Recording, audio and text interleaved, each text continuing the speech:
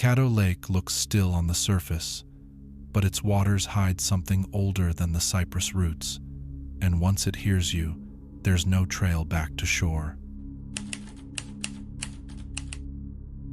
My name is Amos Blackwater. I'm a Cherokee and a night ranger out here in Caddo Lake State Park. I've walked these trails long enough to memorize the bends in the cypress, to know which patches of mud will swallow a man's boot whole, and which trees lean just enough to break a man's trust in his compass.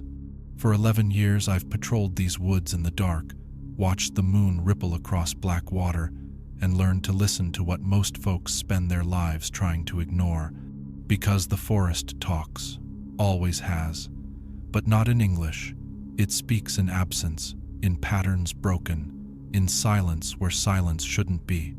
And the longer you're out here, the more nights you survive, the more you learn which parts of the woods are just woods and which parts are pretending. That's what Caddo is. Not just a swamp, not just some pretty bayou with lily pads and ducks. It's old, older than our people, older than the bones under the water.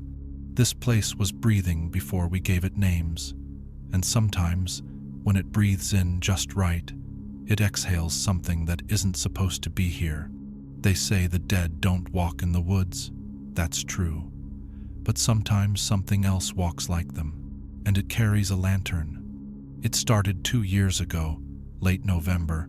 You remember those cold fronts we had? Nights so clear you could hear your own blood moving. I was walking the loop at Sawmill Pond after a call about illegal fishing folks leaving trot lines where they shouldn't. Happens every year when the water drops and people think they can sneak by at night. I parked at the service gate and started the loop around the pond. I remember the sound of my boots breaking through frost on the leaves. The air had that bitter smell of wet bark and old iron. My flashlight cut through the fog like a dull blade, and every few minutes I'd stop and just listen. You can learn more by standing still out here than any drone or thermal cam can ever tell you. About 2 miles in, I stopped at a bend where the trail skirts close to the water. Cypress trees shoulder together like old men whispering, and the moss hangs so thick it brushes your shoulders if you're not paying attention. I was checking for signs of a camp when I saw it. A lantern. It was out past the trees, maybe 30 yards, flickering low and slow.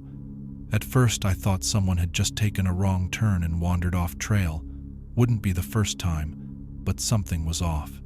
The light didn't move like a handheld lantern. It didn't sway with footsteps or bounce with terrain. It glided.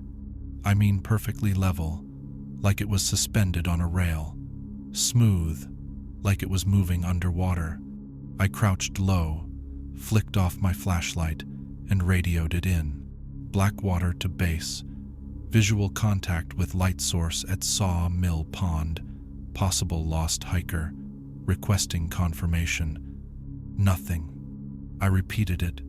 Still nothing. Just static. No feedback chirp, no voice, not even a dead signal. Just low, constant static like breath down a long pipe. Now, I've had radios cut out before, bad batteries, thick canopy, dead spots. But this wasn't that. My signal was green. The antenna was fine. It was like the frequency itself had been swallowed. That's when I started to feel it. The wrongness. The birds had stopped. The frogs were quiet. Even the water, which normally pops and crackles with gas bubbles, had gone flat. It was like the whole swamp took a breath and held it. I took a step forward, off trail, closer to the water line. The lantern turned. It didn't tilt, just shifted slightly, the way a head turns when someone notices you from the corner of their eye. The glow shifted angle, not brighter, just aware. Then it began to move toward me, not fast, not aggressive, just coming.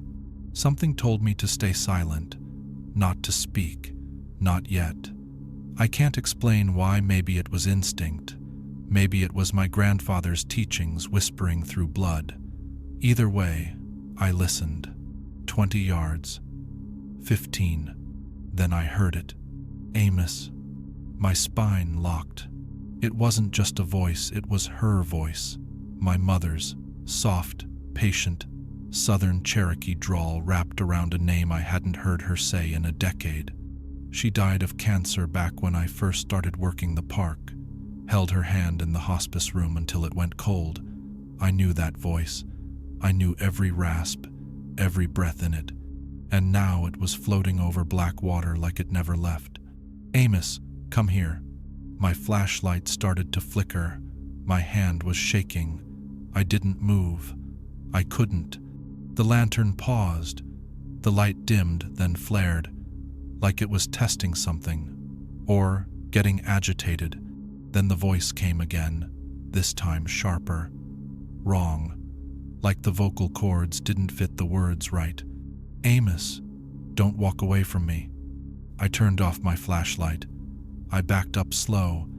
Every nerve in my body felt like it was twisting. The trees seemed to lean in harder, like they were trying to block it or watch. The lantern tilted again, this time just slightly, like something behind it had turned its head. And that's when I saw it. It didn't cast a shadow. Nothing did. No trunks, no limbs, no ripples. The light was bright, but it illuminated nothing, like it didn't belong in this world, like it didn't understand how light works.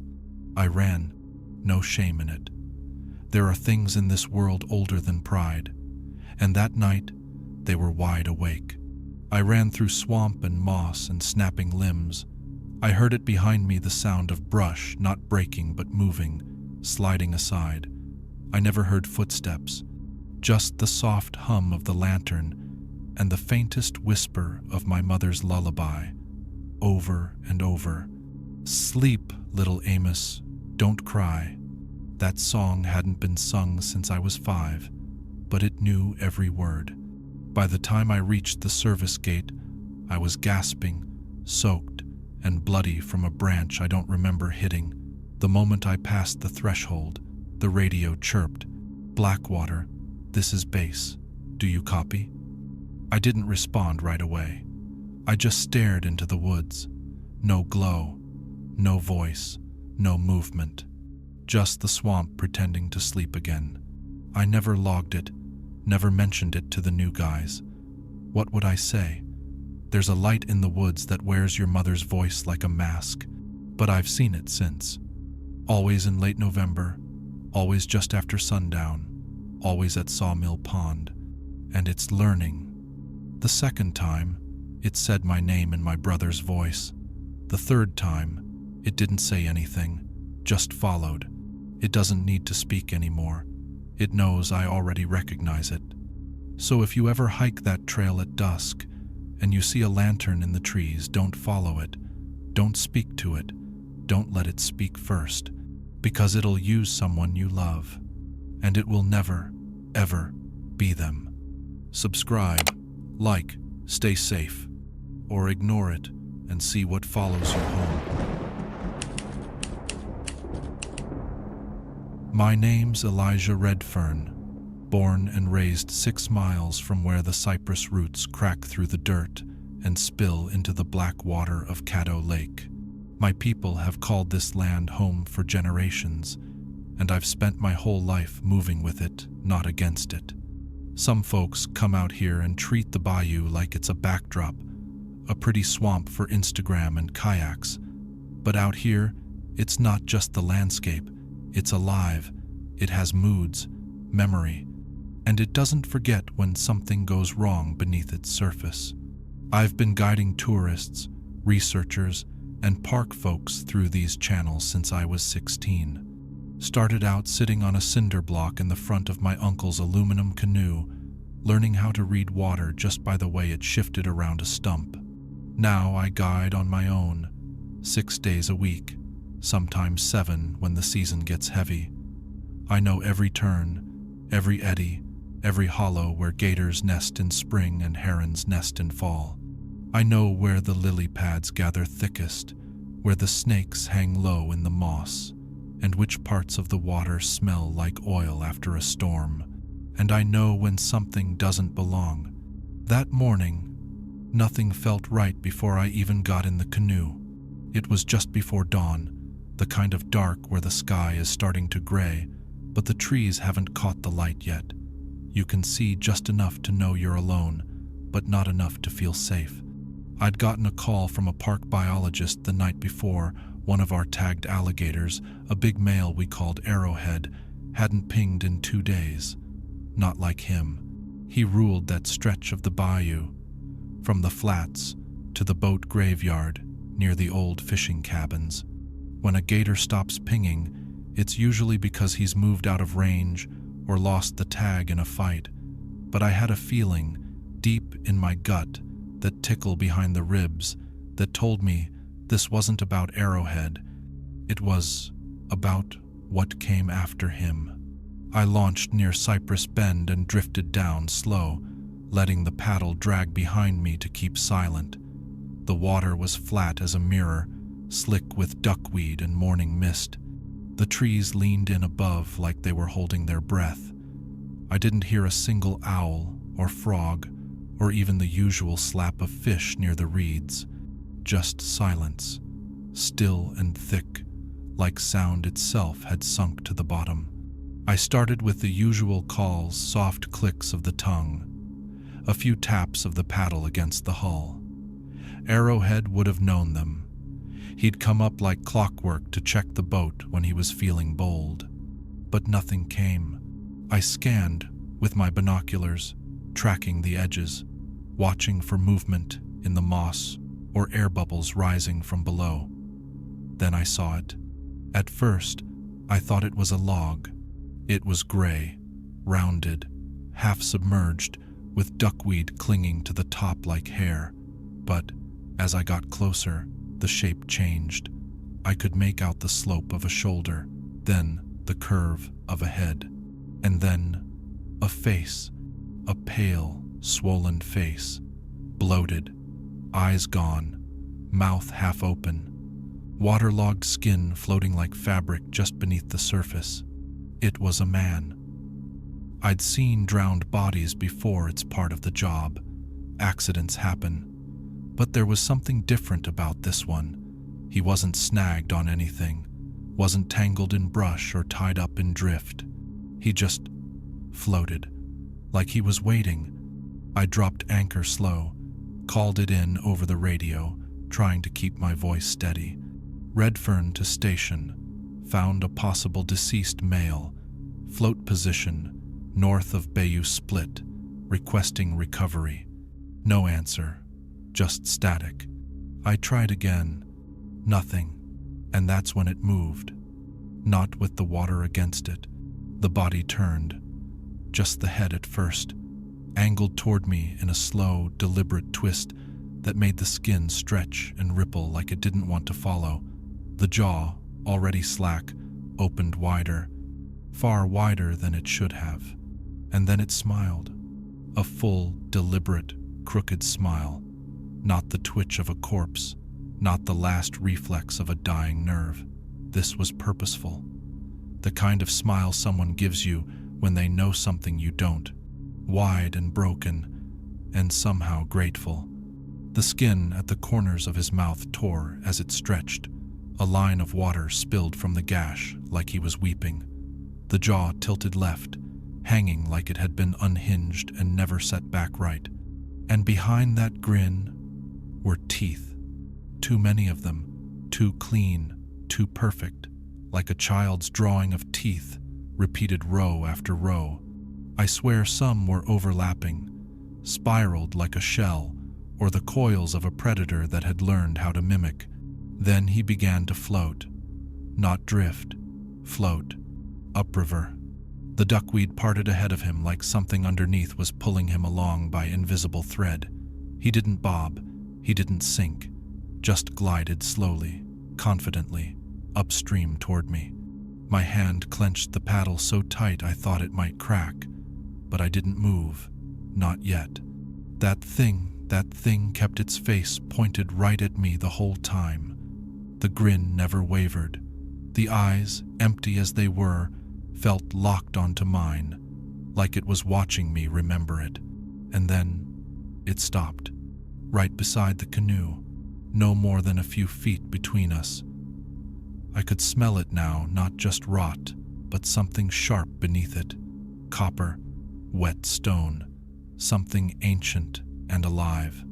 I didn't breathe, and it sank. No ripple, no sound, just slipped beneath the surface like it had never been there. The water closed behind it, perfect, still, like a stage curtain falling on the final act. I waited 5 minutes before I moved, 10 more before I dared turn the canoe around. When the rangers arrived later that morning, I gave them my report. Calm, direct. They searched the area for 3 hours, found nothing, not a single trace. The duckweed wasn't even disturbed, like the bayou had ironed itself flat again. They logged it as a misidentification, told me I probably saw a root ball or a dead hog, even hinted maybe I was tired, been on the water too long. I didn't argue, because I've seen it again. Not fully, just slivers, a reflection in the side of the boat, a pale hand rising between the reeds before vanishing. Once, I swear I saw that same smile curled in the dark beneath my paddle gone when I blinked. Always in the same place. Always during the quiet mornings. I don't talk about it anymore, but I still guide, still paddle the bayou at dawn, still listen when the water holds its breath. If you ever take a ride through Big Cypress Bayou, and I mean really see it, and you spot something floating in the mist with a grin too wide for its skin, don't stop, don't speak, and whatever you do, don't smile back. Because if you do, you'll start to see it more often. And one day, it won't be in the water. It'll be sitting behind you, grinning in the silence. My name's Jace Rain. Been guiding, tracking, and working the back routes of Caddo Lake State Park, going on 12 years now. I don't mess with the usual tourist spots, not the boardwalks or the rental stations or the sugar-coated maps they hand out to the weekend crowd. What I do is different. I take the real ones, the ones who come looking for something wild, something ancient, something they can't quite explain to their friends back home.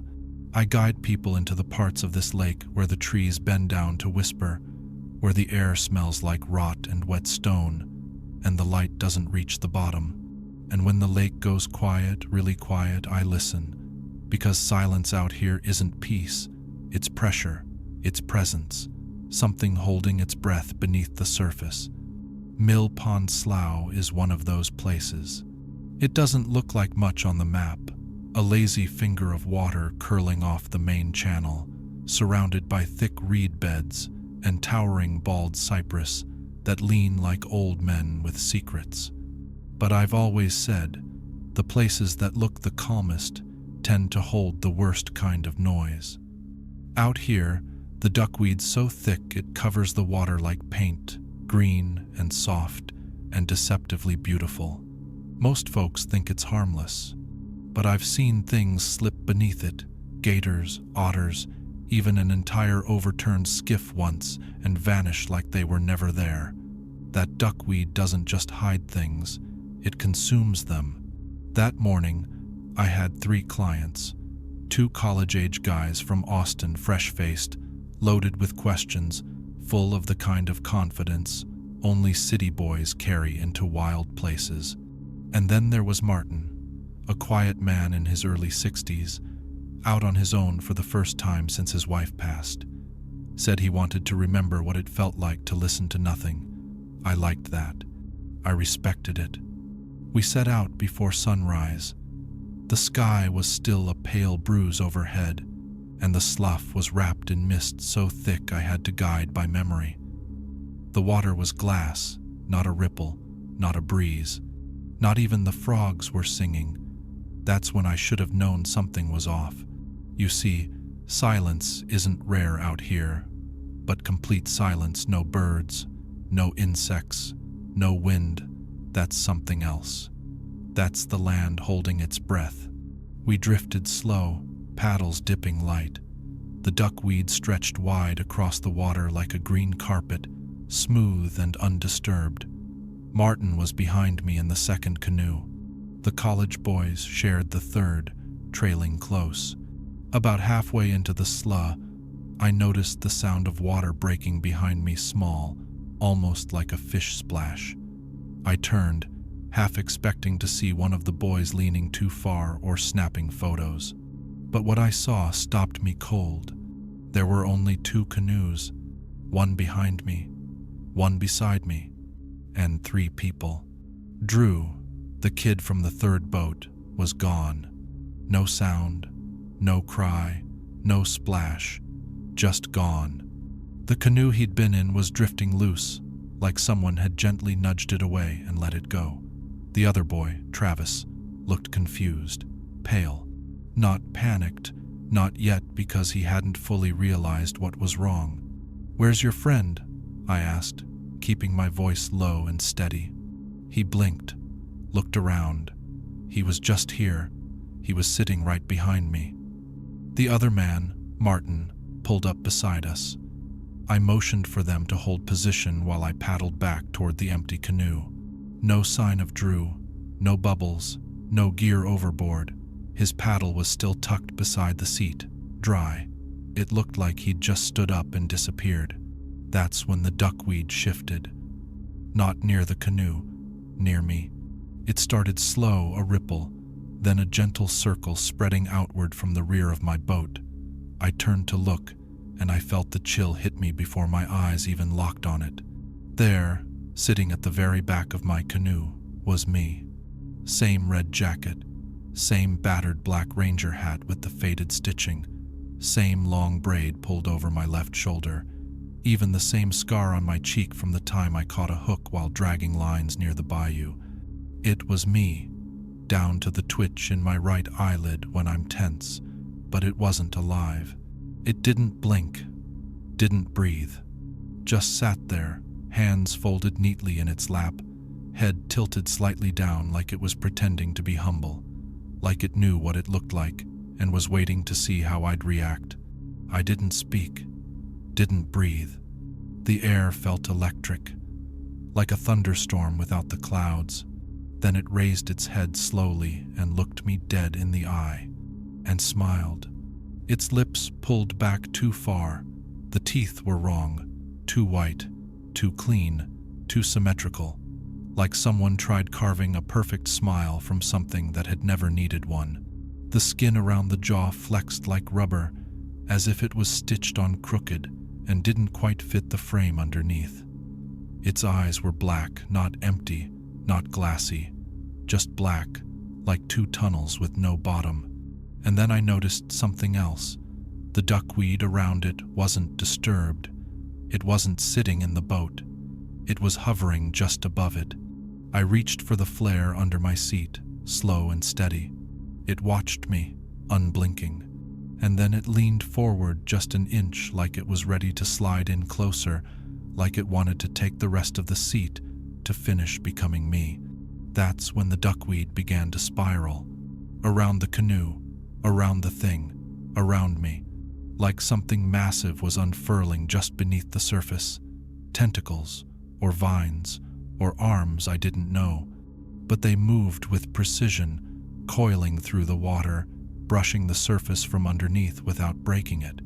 And I saw one pail, too long, with too many joints slip up beside the boat. Just a glimpse before it slid back down, but it was reaching. I fired the flare.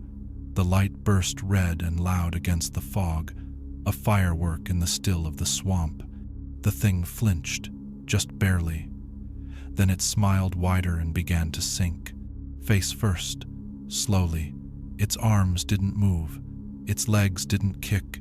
It simply vanished down through the duckweed, like it had never been there at all. But that smile never broke. And just before the last piece of its head disappeared, it looked straight at me, through me. I ordered the group to row, fast, told them not to look down, told them to keep their eyes on the trees, on the light, on anything but the water. We nearly flipped twice getting out of there. Travis was crying. Martin was silent. I didn't speak until we hit dry ground. We never found Drew.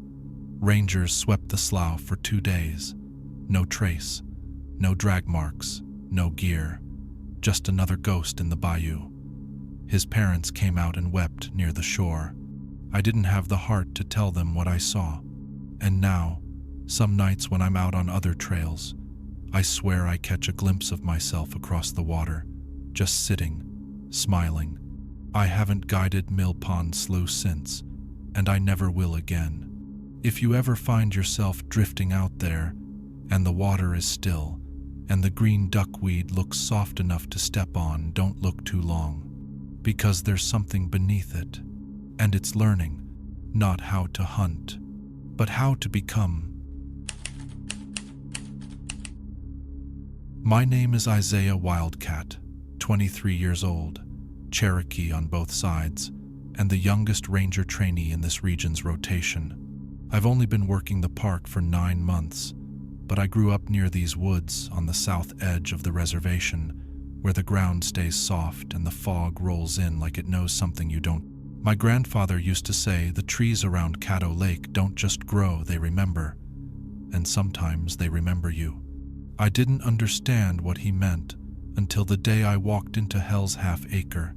It was mid-December, cold by our standards. The air had that bite that makes your breath hang long and low. The storms had come through the night before, branches down, floodwater pooling in low points. The kind of morning that makes the woods smell rich and heavy, like the ground's been turned over and the dead are stretching their fingers just beneath the surface. My supervisor sent me out to flag debris for chainsaw crews. Standard work, nothing fancy, just a hike out, mark a few hazards, and radio in. I took the long trail into Hell's Half Acre, a section of Caddo they warn you about in training but never outright forbid. Locals avoid it. Even the older rangers skip it unless they have to. They say the name came from Civil War deserters soldiers who tried to hide in the swamp and were never seen again.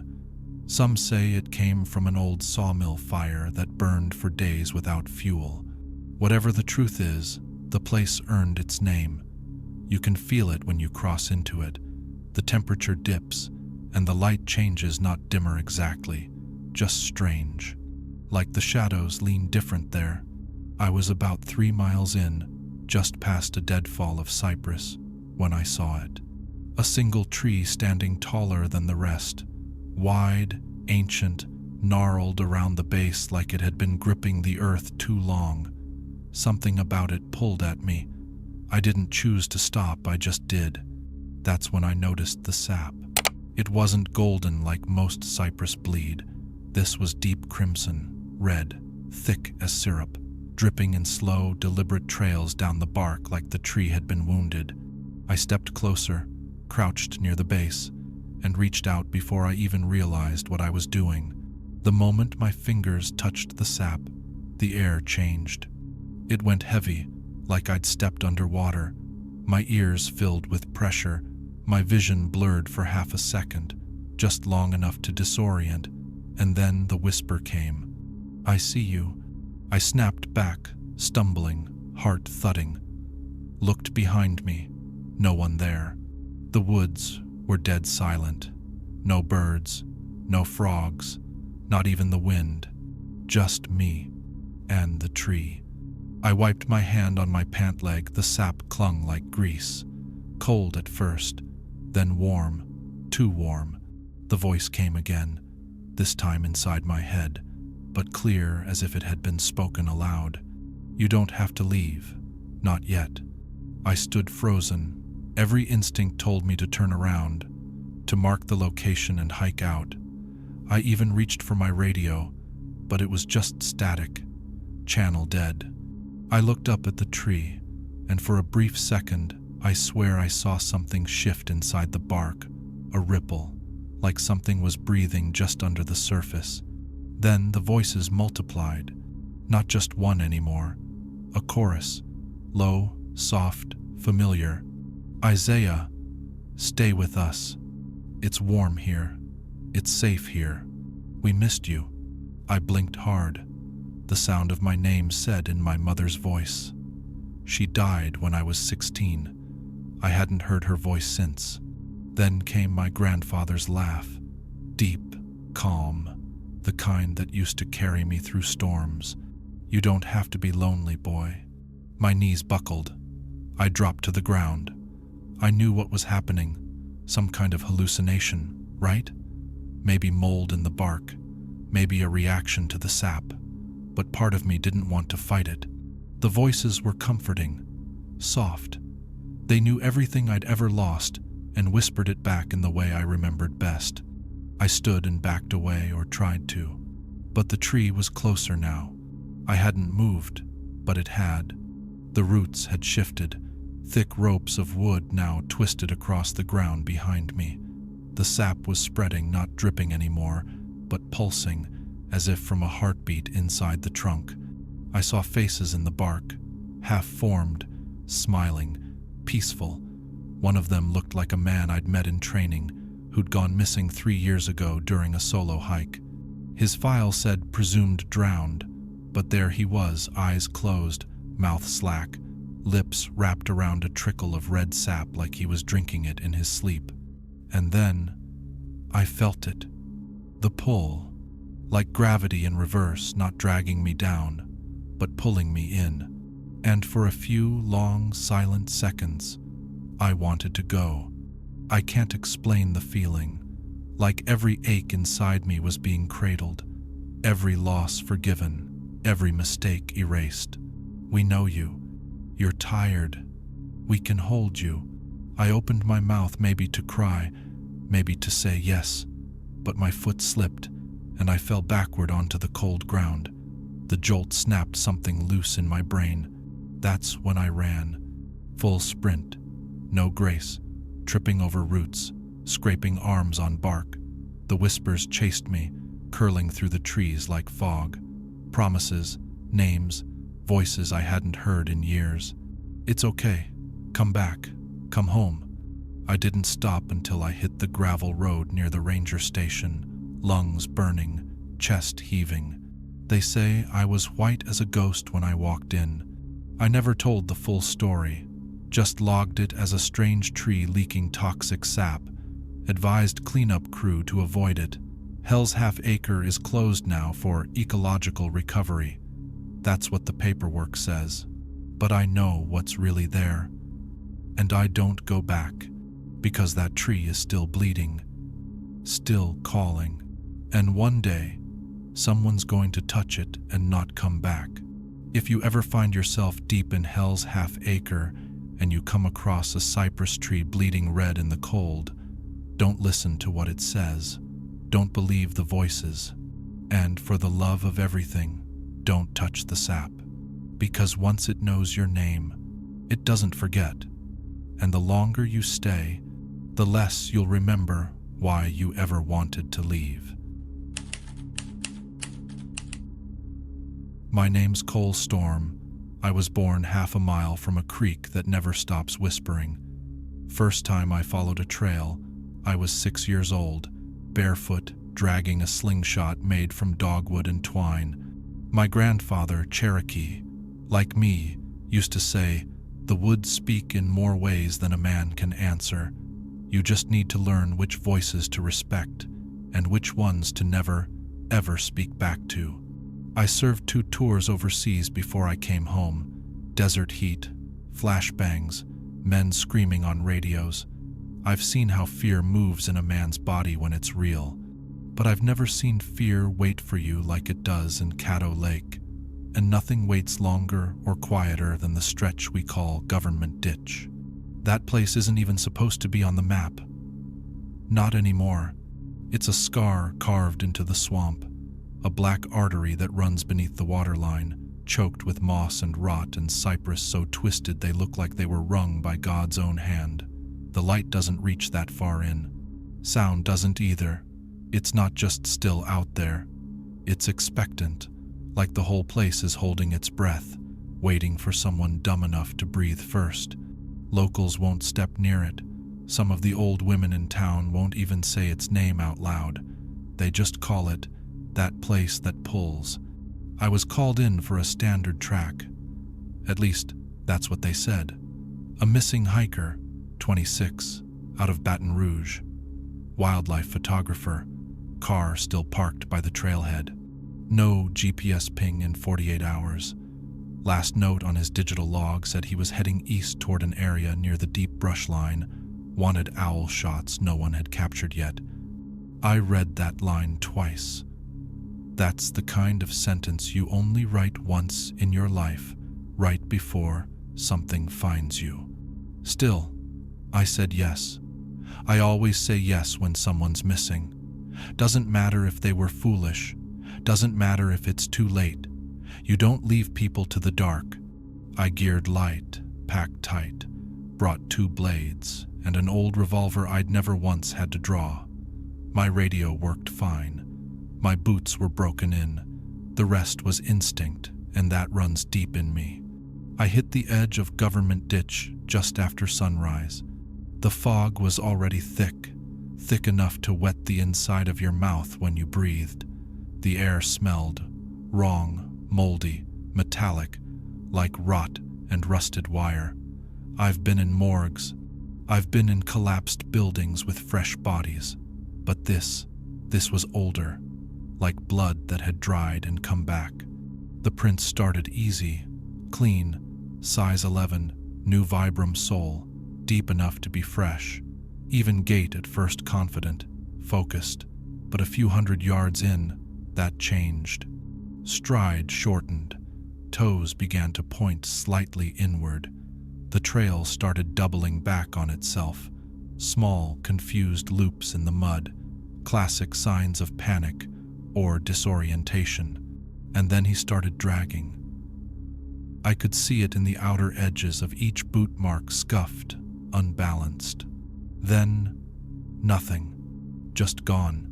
His final step was perfect, toes in, heel deep, and then no more tracks, no sign of a fall, no broken reeds, not even a smudge of motion, just one footprint, and then the earth swallowed him whole. I stood still for a long while. Tracker rule: when the trail stops making sense, don't move until it does. That's when I noticed how quiet it was. No frogs, no bugs, no breeze. My own breath felt loud, too loud, like it didn't belong in that space anymore. I reached for my radio, keyed it. Storm to base. I've reached last known. Nothing. No static, no feedback. Just silence. I tapped the earpiece again. Tried a backup frequency. Dead. Completely dead. Then the air changed. It got warm. Oppressively warm. The kind of warmth that doesn't sit on your skin, it presses into it, like something breathing across your entire body at once. And then, I heard it. A whisper, barely there, wet, slippery, like it had to crawl through muck just to reach my ears. Coal. It came from beneath me. I stepped back fast just a few inches, and the surface of the mud in front of me rippled. Then it opened. A mouth, right there in the ground, human-shaped, skin gray, no teeth. It puckered slightly, like it had been trying to call me for hours, and then it moved again. Coal. Another mouth opened beside it. Then another, then a fourth, fifth, sixth. Within seconds, the entire clearing 20 feet across was a pulsating sheet of slick, twitching mouths, opening and closing in perfect rhythm, all chanting the same thing. Coal, coal, coal. And the voices, they were mine. Not a copy, not a mimic, mine. They used my voice, my pitch, my rhythm, even the slight hitch I get when I'm winded. Some of them whispered it kindly. Others barked it like orders. Some sobbed, begged. Cole, please, don't go. One laughed, and then one smiled. A little split in the mud peeled wider, forming lips that stretched too far, cracking open into something far too large for the space it occupied. A tongue flicked up long, blackened, and winked at me. I tried to step back again. That's when I felt the suction. My boots sank an inch deeper. The ground held me, not like mud, but like a hand, a wet, living grip. And then I saw the ripple, something big, under the surface, moving toward me, a bulge in the earth, smooth and slow like something shifting under a blanket. Only this blanket was alive. A boot broke the surface first, slathered in muck, not on the mud part of it, fused, dripping. Then a leg, then a chest, then the face. It looked just like the hiker, but ruined, bloated, skin torn like paper soaked too long. No eyes, just empty sockets filled with twitching gray matter.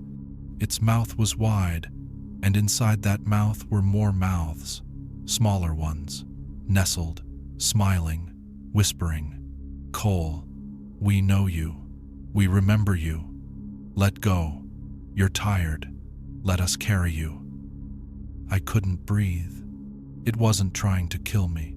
It was inviting me to surrender, to sink, to join. My body moved before my brain caught up. I pulled the blade from my belt and stabbed the muck beside me, just to get leverage.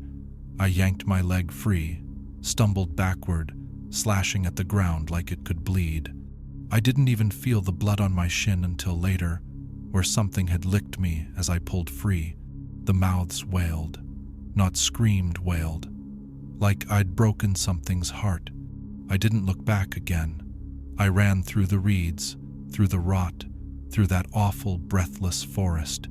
When I burst onto the gravel fire road, the air hit me like a slap. I dropped to my knees, gulping the silence. Behind me, the swamp was still, peaceful, like it had never opened its mouth. I filed the report. They said the hiker probably drowned, or got lost, maybe gator activity. That's what they wrote down. But I know what I saw, and I know what I heard. That mud was alive, and it knew me, it learned me, it wore me, and it wanted to keep me. So if you ever find yourself near Government Ditch, and you see boot prints that just stop, and the mud beneath you starts to twitch, don't wait, don't kneel, don't listen, because if you hear your own name whispered by mouths that never learned to breathe, that means it's already too late, and you've been chosen. Thomas Palehorse, Cherokee Boat Patrol Officer, Vertical Bar, Old Ferry Crossing. My name is Thomas Palehorse, Cherokee by blood, father by the grace of God.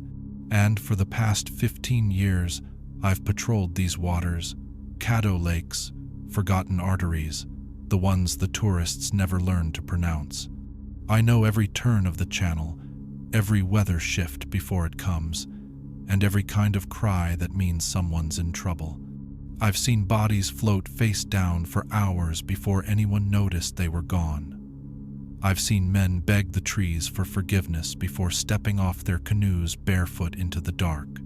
I've seen gators circle so still you'd think the water was just remembering a dream, but none of it, not combat, not grief, not even the worst night calls prepared me for the boy that smiled, the boy that never blinked, the boy who came back wearing my son's skin. It happened near Old Ferry Crossing. You won't find it marked on any official park material. Hell, you wouldn't even know you'd passed it unless you knew what to look for, those rotted pilings jutting out of the water like snapped teeth. The last pieces of a ferry line that sank a dozen people back in 1923. They say the rope snapped on a full moon, and no one made it out. But that's not the story people remember. What they remember quietly, over beer or hushed prayers, is that the boat was found later, tied up neatly downstream, empty. No signs of struggle, just 22 wet boot prints. and only 20 names on the manifest. Locals don't fish near that bend. The turtles don't sun there, and the trees seem to lean a little too close over the water, like they're hiding something. It was late August heat, so thick you could wring it out of your shirt. I was running a solo patrol. Just me, the motorboat, and a cooler of water. I'd cut the engine near the bend, drifting quiet, checking for illegal traps or drunk kids playing mountain man.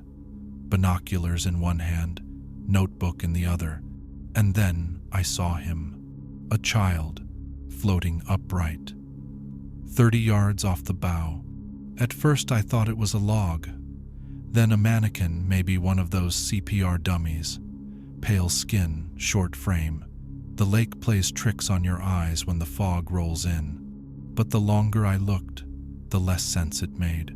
The boy was standing, straight up, arms half raised, palms facing me. His chin was tilted slightly, like he was mid-prayer. His feet didn't kick. His shoulders didn't move. He wasn't swimming. He was just there, held up by the water like it owed him something. The binoculars showed more. His skin was waxy, pale as a peeled grape, lips blue, eyes downcast. His shirt, a faded cartoon print, hung loose and dry, as if he hadn't touched the water at all. I eased the motor closer, 5 knots, then 3. The engine whispered against the silence. 10 yards, then 5. Still, the boy didn't move. I cut the engine. "Hey," I called. "You okay?" No response. The boy's head lifted slowly, and then he smiled. I swear to God, I've seen combat grins. I've seen drug-induced mania. I've seen a mother scream herself hoarse over her baby's body. But I'd never seen a smile like that. It was too deliberate, too rehearsed. Like something that had studied people, then mimicked what it thought joy should look like. The corners of his mouth stretched too wide. The eyes stayed dead. Then he tilted backward. One slow, perfect arc, arms still open, head last to go, and he vanished beneath the surface. No splash, no ripple, not even a bubble. Just gone. I dove in without a thought. Didn't even kick off my boots. Cold hit me like a fist to the lungs, wrong cold, bone deep, unnatural.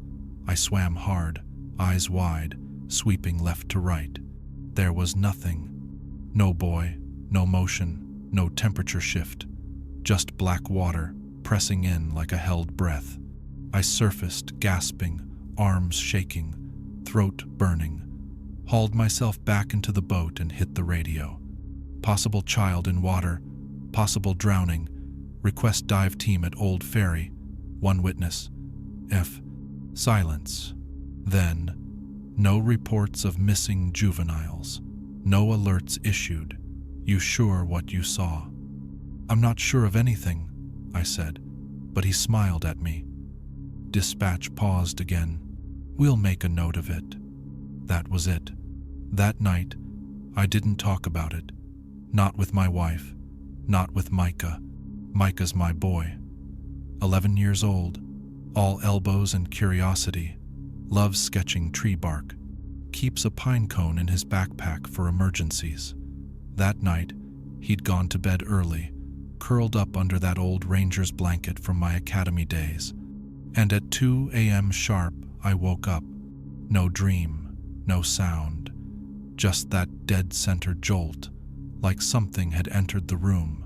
The house was quiet, but I was cold, freezing cold, like the lake had followed me home.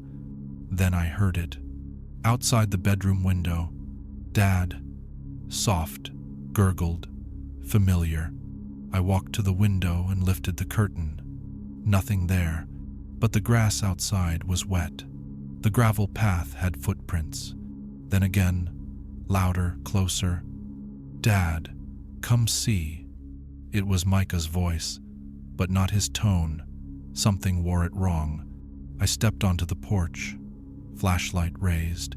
There, Down by the dock was a boy, barefoot, same size, same posture, pajamas soaked, head tilted, arms raised like he wanted a hug.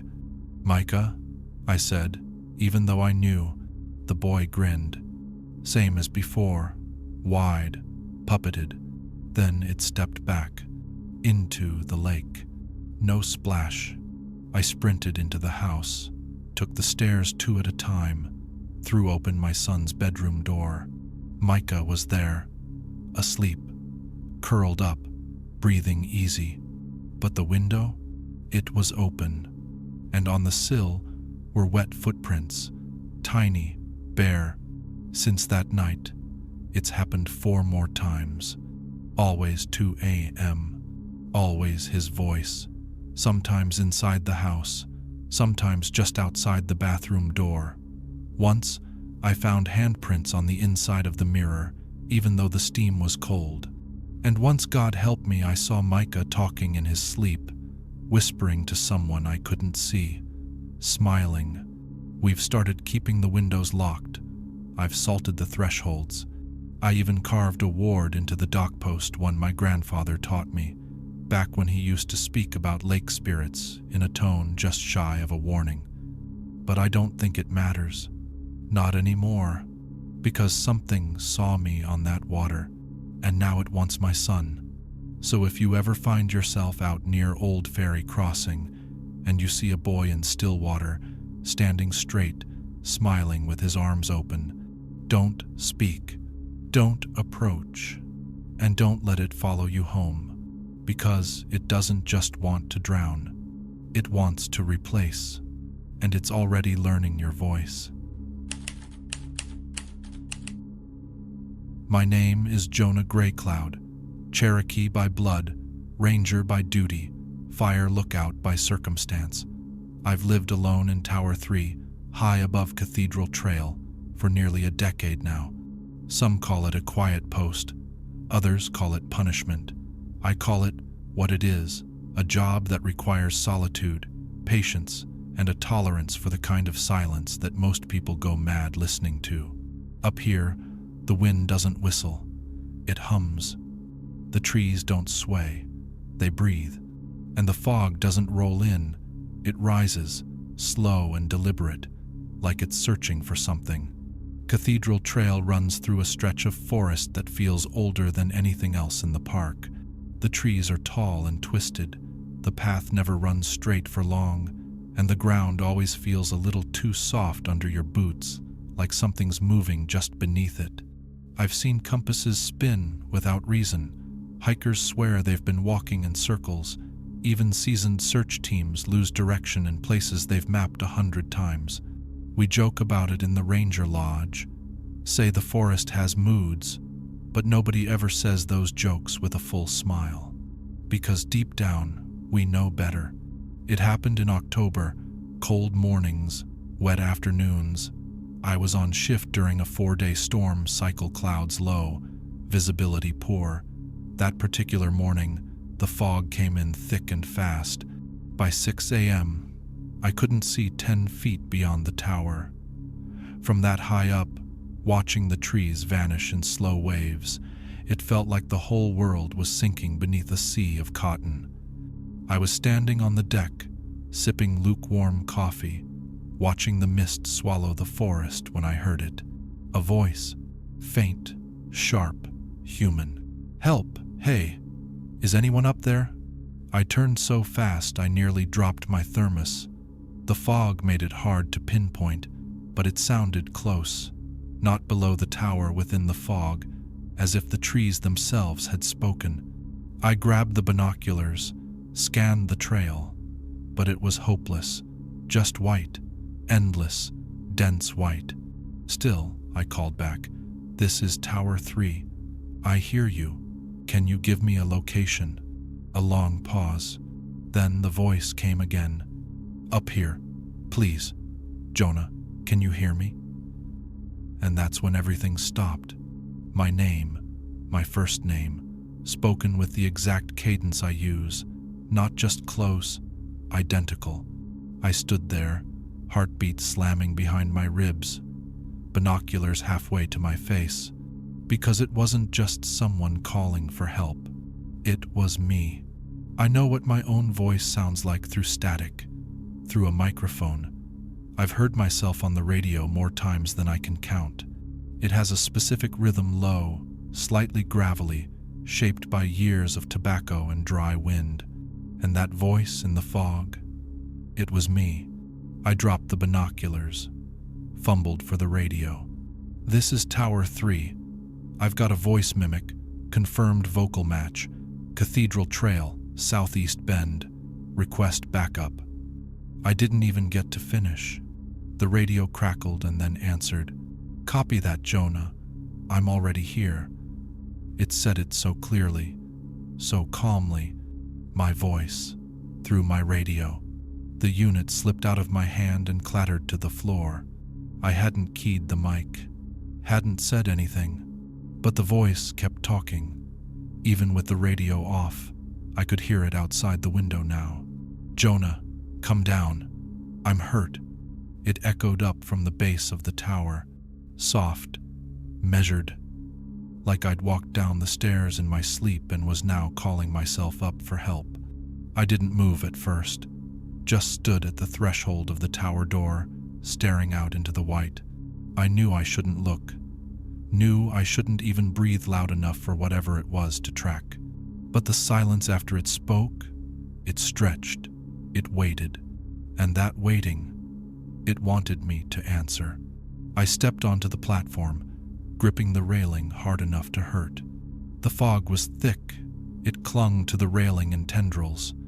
Below, I couldn't see the first step, let alone the ground, but I could feel something standing there, looking up, knowing I was peering down. Then it spoke again.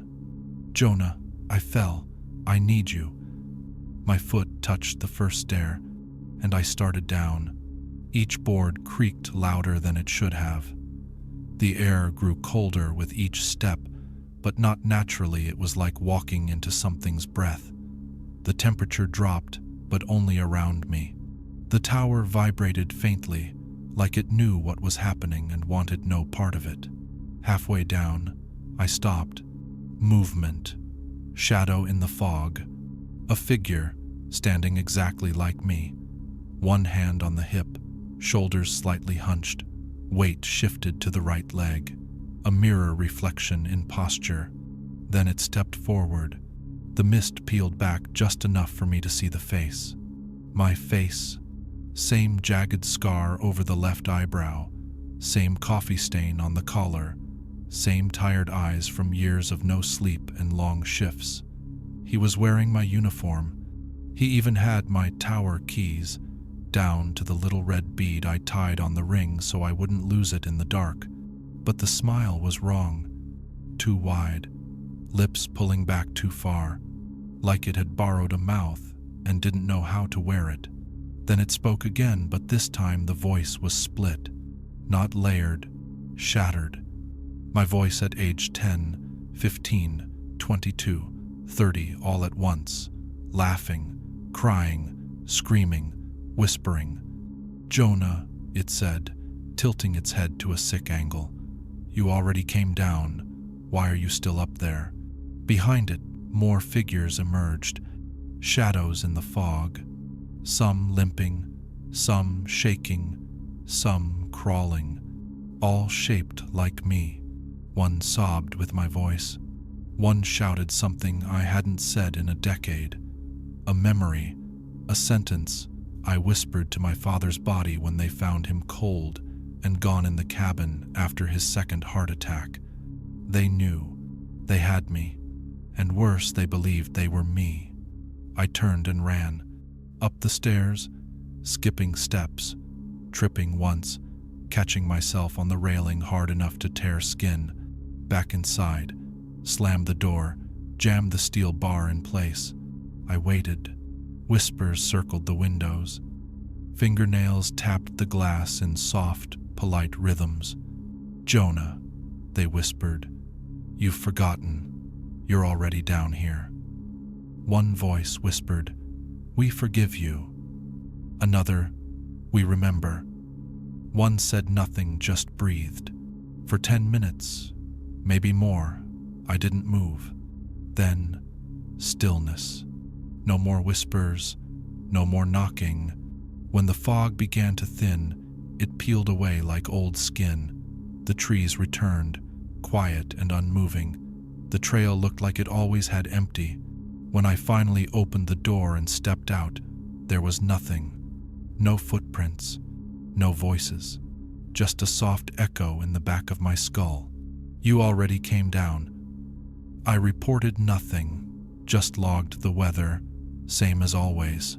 But I haven't slept a full night since, because every dream now starts the same. I wake in my bed inside the tower. The fog is already there. I go to the window, and I see myself standing below, smiling, waving. "You already came down, Jonah," he says. "You just forgot what you left behind."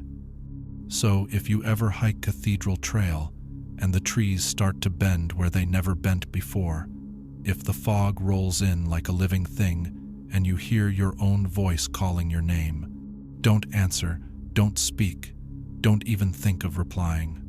Because the moment it hears you back, it'll know how to be you, and it won't let go until you believe it. My name is Daniel Greyhawk, Cherokee by blood, Ranger by oath, retired by time, not by choice. I served this land for 27 years. Caddo Lake, Big Cypress Bayou, the whole swampland that breathes beneath the canopy. I walked every trail, every ridge, every inch of backwater that tourists never see. And I remember all the ones who didn't come back. That's what they never tell you about this kind of work. It's not the rescues you remember, not the saves, not the wins. It's the losses. They stay with you, and sometimes they come back. I live out past Shady Glade now, just me and the trees and the wind that never quite leaves you alone. One room, tin roof, screened porch with a creaking swing.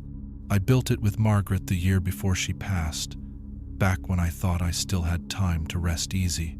The glade used to be peaceful, the kind of quiet that soothes a man, but now it holds its breath around me. Now it waits. It began that first spring after retirement. I'd risen early, like always. Habit doesn't leave the bones easy. Fog was thick that morning, so dense it seemed to mute the birds. The lake was smooth as glass, black and perfect. I stood on the dock with a cup of black coffee, breathing in dew and pine and silence. Then I saw it. The boat. Flat-bottomed, wooden, old but not broken. No oars, no motor, no wake behind it. Just gliding over the water as if it had no weight. And it was headed straight past me. I thought I was seeing things, cataracts or too little sleep, but it came close enough that I could see them. Figures, 7 of them, standing motionless on the deck. No swaying, no shifting, no sound, just watching. And I knew their faces, every one. Ben Holloway, 10 years old, slipped off a trail near Beargrass Creek. We found his shoe days later, still laced, floating in a patch of lilies. Tasha Green fell during a night hike. Her flashlight was recovered, still on. Her body was never found. Eli Toadvine, my oldest friend, my brother in everything but blood, bled out in my arms after a gunshot in a poacher's trapline. And there they were, standing on that boat, not waving, not crying, just present. The boat drifted on, didn't slow, didn't turn, just disappeared into the fog beyond the bend. I didn't tell anyone. What could I say? That the dead had floated past my dock. But the next morning, it returned. Closer. 5 yards closer. And there were 9 people on it now. Mary Fontenot, who ignored the flood warnings. Jack Sutton, who died in the wildfire when the wind turned. They were all there, staring at me, and the boat kept coming back, day after day, always at dawn, always adding one more face, always getting closer. I started marking the shoreline, placing sticks at the high water line to measure the distance. Each morning, I moved the marker. Each time, the gap was smaller. And then one morning, I saw her, Margaret, standing at the bow, her hair loose, gray and gold in the wind. The same flannel shirt she wore the night she passed my shirt, still folded on the chair inside our bedroom. She didn't speak, didn't smile, but her eyes, they broke me. Not angry, not sad, just knowing. I sat on the dock for hours after that. I never felt the sun rise. I stopped going out after that, started locking the doors, started sleeping in a cot pulled far from any windows. But it doesn't matter, because it's not the house it wants. It's me. The morning after I saw Margaret, the boat came within 5 feet of my dock, and this time it stopped. Not drifted, not passed, stopped, and I saw it clearly every inch, the peeling wood, the water pooled in corners but never spilling over, the bare feet of those who stood aboard, pale and wrinkled like they'd never left the lake, and in the center, an empty space, exactly my size, and behind that at the stern was something else, a shadow. It didn't have a face, but it watched. I felt it like a heat behind the eyes. It leaned forward just a little, and the moment it did, something inside me shifted. I took a step forward, unwilling, unaware. My foot met the wood of the dock like it had a mind of its own, and for a second, just one, I wanted to go. Not because I missed them, not because I was tired, but because the boat wanted me to, and it made me believe I should. I stumbled back, slammed the cabin door, locked every bolt. Saturday in the dark, with my back to the wall, sweating. That was yesterday. Today, I didn't go outside, but I heard the boat. Closer now, the wood creaking, water brushing the dock, something stepping off, and I felt it again, that pull in the chest, like someone was tightening a rope around my ribs from the inside. I didn't answer. I didn't open the blinds, but I could feel it, right there, waiting for me to say a name, just one, because that's how it starts. The moment you recognize someone aboard, the moment you speak their name aloud, it knows you're ready, not scared, not broken, ready. And when it knows you're ready, it comes for you. So, if you ever find yourself out near Shady Glade at dawn, and the fog's thicker than it should be, and you hear water lapping against an unseen hull, and you see a boat drift out from the mist, no oars, no engine, no sound, don't follow it with your eyes. Don't try to find the faces aboard, and for the love of everything you are, don't speak their names, because if you see them, they already know you, and if they know you, they've already made room for you. My name is Silas Red Fox, Cherokee, 36 years old. I'm not a ranger, not in the badge and radio sense, but I've spent more hours in this park than most men with patches on their sleeves. My job's quieter. I track water quality, plant life, erosion. I test soil, take samples, document the slow, silent ways this land changes over time. I used to believe I was the one doing all the observing, until something started observing me. It started in a place few people ever see, backwater pool, near Pine Island, not on any tourist maps. You'd never know it existed unless someone pointed it out, and even then, you'd need a machete and a tolerance for mosquito bites the size of thumbnails to get there. I've been going for years. Every third Thursday, same time, same routine, Walk in, take the samples, document, leave. I liked that spot. Still water, no current, no flow, just a perfect mirror of sky, leaves, and time. I used to think it was the one place left in the park that hadn't been touched, untouched, unspoiled, unseen. Turns out, it sees everything. The first time it happened, I was kneeling at the edge of the pool, calibrating my meter. I remember the way the light cut across the surface, warm and gold, a little fog hanging low, and the way the water was still, so still you'd swear it was made of glass. I glanced down, and there I was. But something was wrong. The reflection was smiling. I wasn't. I was focused, frowning even, eyes narrowed at the meter. But the face looking up from the pool grinned like it had just heard the best joke in the world, slow, wide, like the lips were being pulled by invisible fingers. I jumped back, heart slamming in my chest, dropped my kit, nearly lost my footing.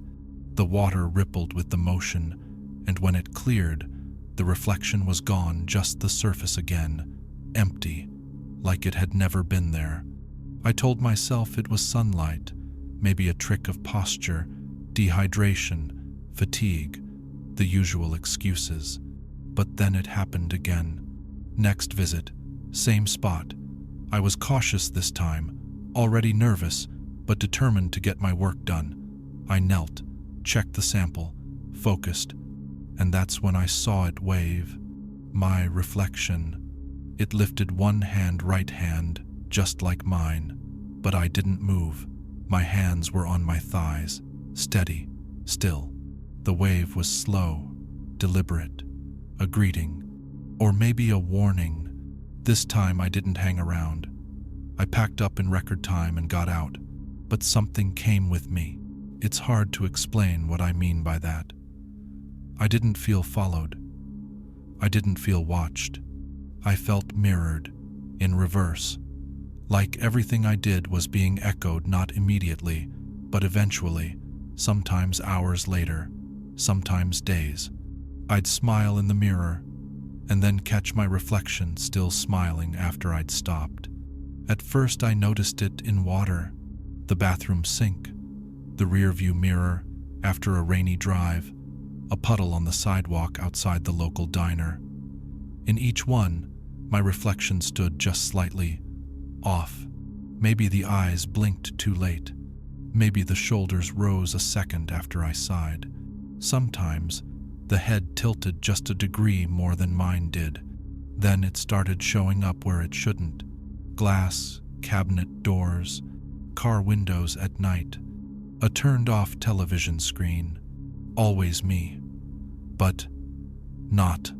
Once, brushing my teeth, I looked up and saw myself still staring down. Eyes locked on me, unblinking, smiling. I dropped the toothbrush and backed away. The moment I did, the reflection moved, but not in sync. It stepped forward. I ran. That was the night I covered every mirror in the house. Black cloth, tape, some I smashed. I couldn't take the risk anymore, but no matter how hard I tried, the water always found me. Condensation, rain on glass, steam in the shower, the wet metal of a thermos lid.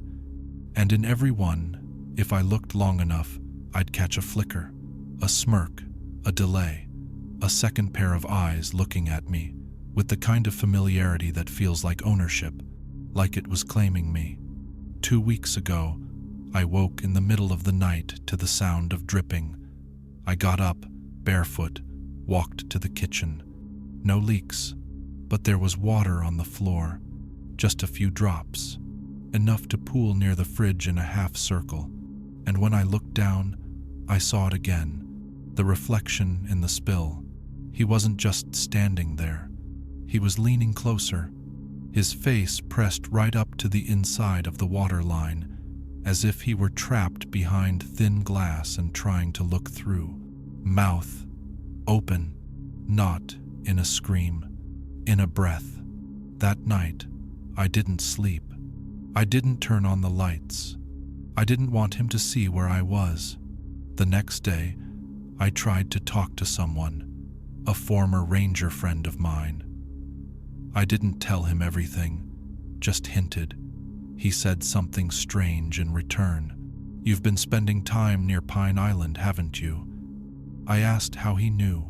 He didn't answer, just said, "Some waters are older than others, and some reflections don't belong to us." He told me there were stories, old ones, from back when our people first settled the land near the bayou. Stories of mirror skins, spirits that watched from water, waiting for someone to notice them. Spirits that didn't know how to be until they had something to copy.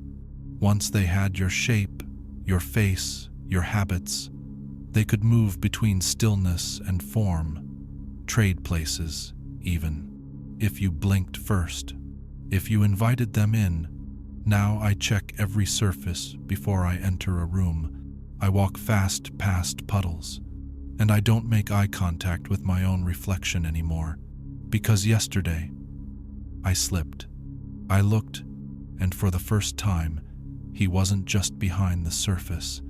He was in the room, just for a second, a flicker, but he was standing where I had been standing a moment earlier, hands in my pockets, head tilted just enough to say, "This is comfortable." And when he smiled, I felt it, a pulling inside my own jaw, like the grin was being shared, like it was his turn, and mine was ending. So, I'm telling you now, if you ever kneel near still water and something smiles before you do, don't lean closer, don't wave back, and never match its expression, because once it learns your face, it doesn't want to haunt you. It wants to replace you. And if you're not careful, you'll be the one behind the glass, watching, forever waiting for a blink that never comes. My name is Micah Greywind, Cherokee, park security by title, though truth is, most nights it feels more like graveyard duty than anything else. I don't walk the trails with hikers. I don't hand out maps or talk about wildflowers. I don't give the speeches about safety or take pictures for tourists. My job is what comes after all of that, when the sun sinks behind the trees, when the last car has left the lot, when the forest belongs to shadows and the things that crawl out of them. And I've learned something in my years out here. It's not the animals you should fear. Coyotes, gators, snakes, they follow rules. Predictable ones. They kill if they're hungry. They bite if you corner them. They're dangerous, yes, but they're honest. It's the other things that aren't. The ones that wait until sundown. The ones that whistle when there's no wind. And nothing embodies that more than the place we call the old hunting shack. It isn't much, just a broken-down shell at the edge of a clearing off a forgotten service road. Built in the 60s by men who thought the woods were theirs to bleed dry. Now it's rotted and leaning, shingles gone, boards warped, nails rusted deep orange. The whole thing sags like it's tired of existing. In the day, you could mistake it for junk, something the earth is in the process of swallowing. By night, it changes. At first, I thought the noise that came from it was the roof, thin as paper, full of holes, whistling whenever the wind threaded through. That made sense. That was rational. But I don't hear the whistle only when the wind moves. Sometimes, it comes on still nights, when not a pine needle shifts, when the sky is holding its breath. And then the sound slices in, high, clear, sharp enough to freeze the blood. I'll never forget the first time I really understood what I was hearing. Sundown. The sky had gone bruised purple, and I stopped as I always did, sweeping my flashlight across the clearing, pausing just long enough to check for stragglers. The second the beam clicked off, it came, a whistle, thin, piercing, perfectly deliberate. It didn't come from the shack. It came from the trees beyond it. The sound cut so deep it felt like it was inside me, not outside. I froze with my hand hovering over my radio. I wanted to call it in, wanted to say something, anything, but then it came again, louder, longer, closer, and that's when it hit me. My chest tightened, my breath shortened. This wasn't nerves. This wasn't fear. The whistle was taking something. Each note tugged at the air inside me, pulling it out, siphoning it like I was nothing but a cracked vessel. I staggered back, clutched my chest. My throat burned raw as I fought to hold air that didn't want to stay. My vision went soft at the edges. I lurched for the truck, slammed myself inside, and just like that, silence. The pull vanished. The forest went dead still. Even the crickets kept quiet. I sat gripping the wheel until my knuckles ached, coughing until stars broke across my vision. And when I finally wrote my log, I lied. All clear. Because how do you explain that the woods whistled at you and tried to steal your breath? But the thing about lies is they only hold if the truth doesn't follow you home. And this did. Every sundown, when I pass the shack, it comes. Sometimes near, sometimes far, always sharp, always pulling. I bought earplugs, pressed them in so far I thought I'd puncture something. Didn't matter. The sound goes deeper than ears. It threads through bone, echoes in the hollow places of your skull, grabs the lungs themselves and squeezes. 2 weeks ago, it got worse. I was circling the clearing, beam trembling across the grass. Then 4 notes, slow, rising, almost playful, almost like it wanted me to follow. Then silence. And in that silence came the worst thing yet. My name, not spoken, not shouted, whistled, drawn out note by note, the way I've heard my name all my life. Mika. The sound wrapped around my skull like wire. My knees gave out. My mouth opened without my permission, air rushing from me in ragged bursts. I clawed at my own throat, spit bubbling out as I choked on nothing. And then I saw it. Not a body, not flesh, just the air itself bending. A shimmer, like heat rising off asphalt in July, rippling the world behind it. And, at the center, black, not shadow, not void. A shape of hunger, a hole wearing the outline of a mouth. It whistled again. The pull doubled. My nails tore into my skin as my feet scraped across the dirt. My body wanted to move toward it, and I knew if I crossed the tree line, I wouldn't come back out. The next thing I knew, I was on my porch. Hours gone. Key clenched so hard it had cut my palm. My throat swollen raw, chest burning like I'd drowned. And since then, it hasn't left me. Every sundown, I hear it. Not just near the shack, sometimes closer, sometimes so close it's right outside the cabin. 1 note, then silence. If I breathe, it lingers. I tried locking the doors, boarding the windows, filling the cabin with static, with thunder recordings, with anything that might drown it out. It doesn't help, because last night it came inside.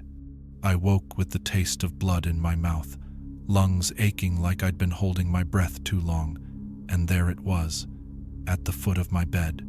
Not shrill, not sharp, just soft. A tune carrying my name like it had all the time in the world. I didn't look, couldn't. I pressed my face into the pillow, held my breath until black spots filled my vision.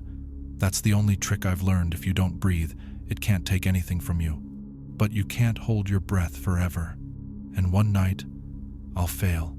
So I'm telling you now, if you're ever near the old hunting shack at sundown and you hear whistling in the trees, don't stop, don't listen, don't let it shape your name. And whatever you do, don't breathe in, Because the moment you do, it'll breathe out, and when it does, it'll take what's yours with it. My name is Samuel Nightdeer, Cherokee. My title says Cultural Resource Officer, but titles don't carry the weight of what I do. They look official on paper, something neat you can stamp on a badge, but in truth, I'm more of a caretaker of the forgotten, a guardian of what most people don't even notice. I watch over the ridges that aren't just hills, the circles of stone that people mistake for fire pits but aren't, the mounds that survived centuries of storms, fires, floods, and silence. My job isn't about tickets. It isn't about stopping campfires or enforcing boundaries. It isn't even about the living, not really. My duty is to the dead, to memory, to respect, to make sure what was laid to rest stays at rest, to protect the old bones, the old words, the old blood. But there's something no manual, no ceremony, no elder's blessing prepared me for, something I've learned alone in the dark. Not everything buried wants to be remembered. Not everything buried should be preserved. Some things only want to stay hidden, covered in silence. And if you cross that line, if you disturb what was meant to stay forgotten, it does not forgive, and it does not let go. The mound near the southern edge of Caddo isn't on any record. No survey, no brochure, not even most of my own people mention it, but I knew it existed. My grandfather showed me once. When I was just a boy, we waded into the marsh together, reeds higher than my head, water sucking at every step. The ground wanted to pull us under, as if the swamp itself was hungry. He stopped at what seemed like nothing, just a low swell in the earth, hardly different from the rest. But he knelt, pressed his palm against it, and whispered words I never forgot. Here lies the old blood. Disturb it, and it will disturb you back. That warning lived in my bones. For decades, I stayed away, until duty brought me back. It was late winter when the call came. Poachers had been cutting across the southern marsh, leaving wreckage in their path. I tracked them by their machines, ATV ruts gouged deep, cattails broken, fuel spilled into black water. Their tracks led me straight to the mound. I knew before I even saw it. The smell, fresh-turned soil, but with it, a rot older than memory, sweet, sour, sickening.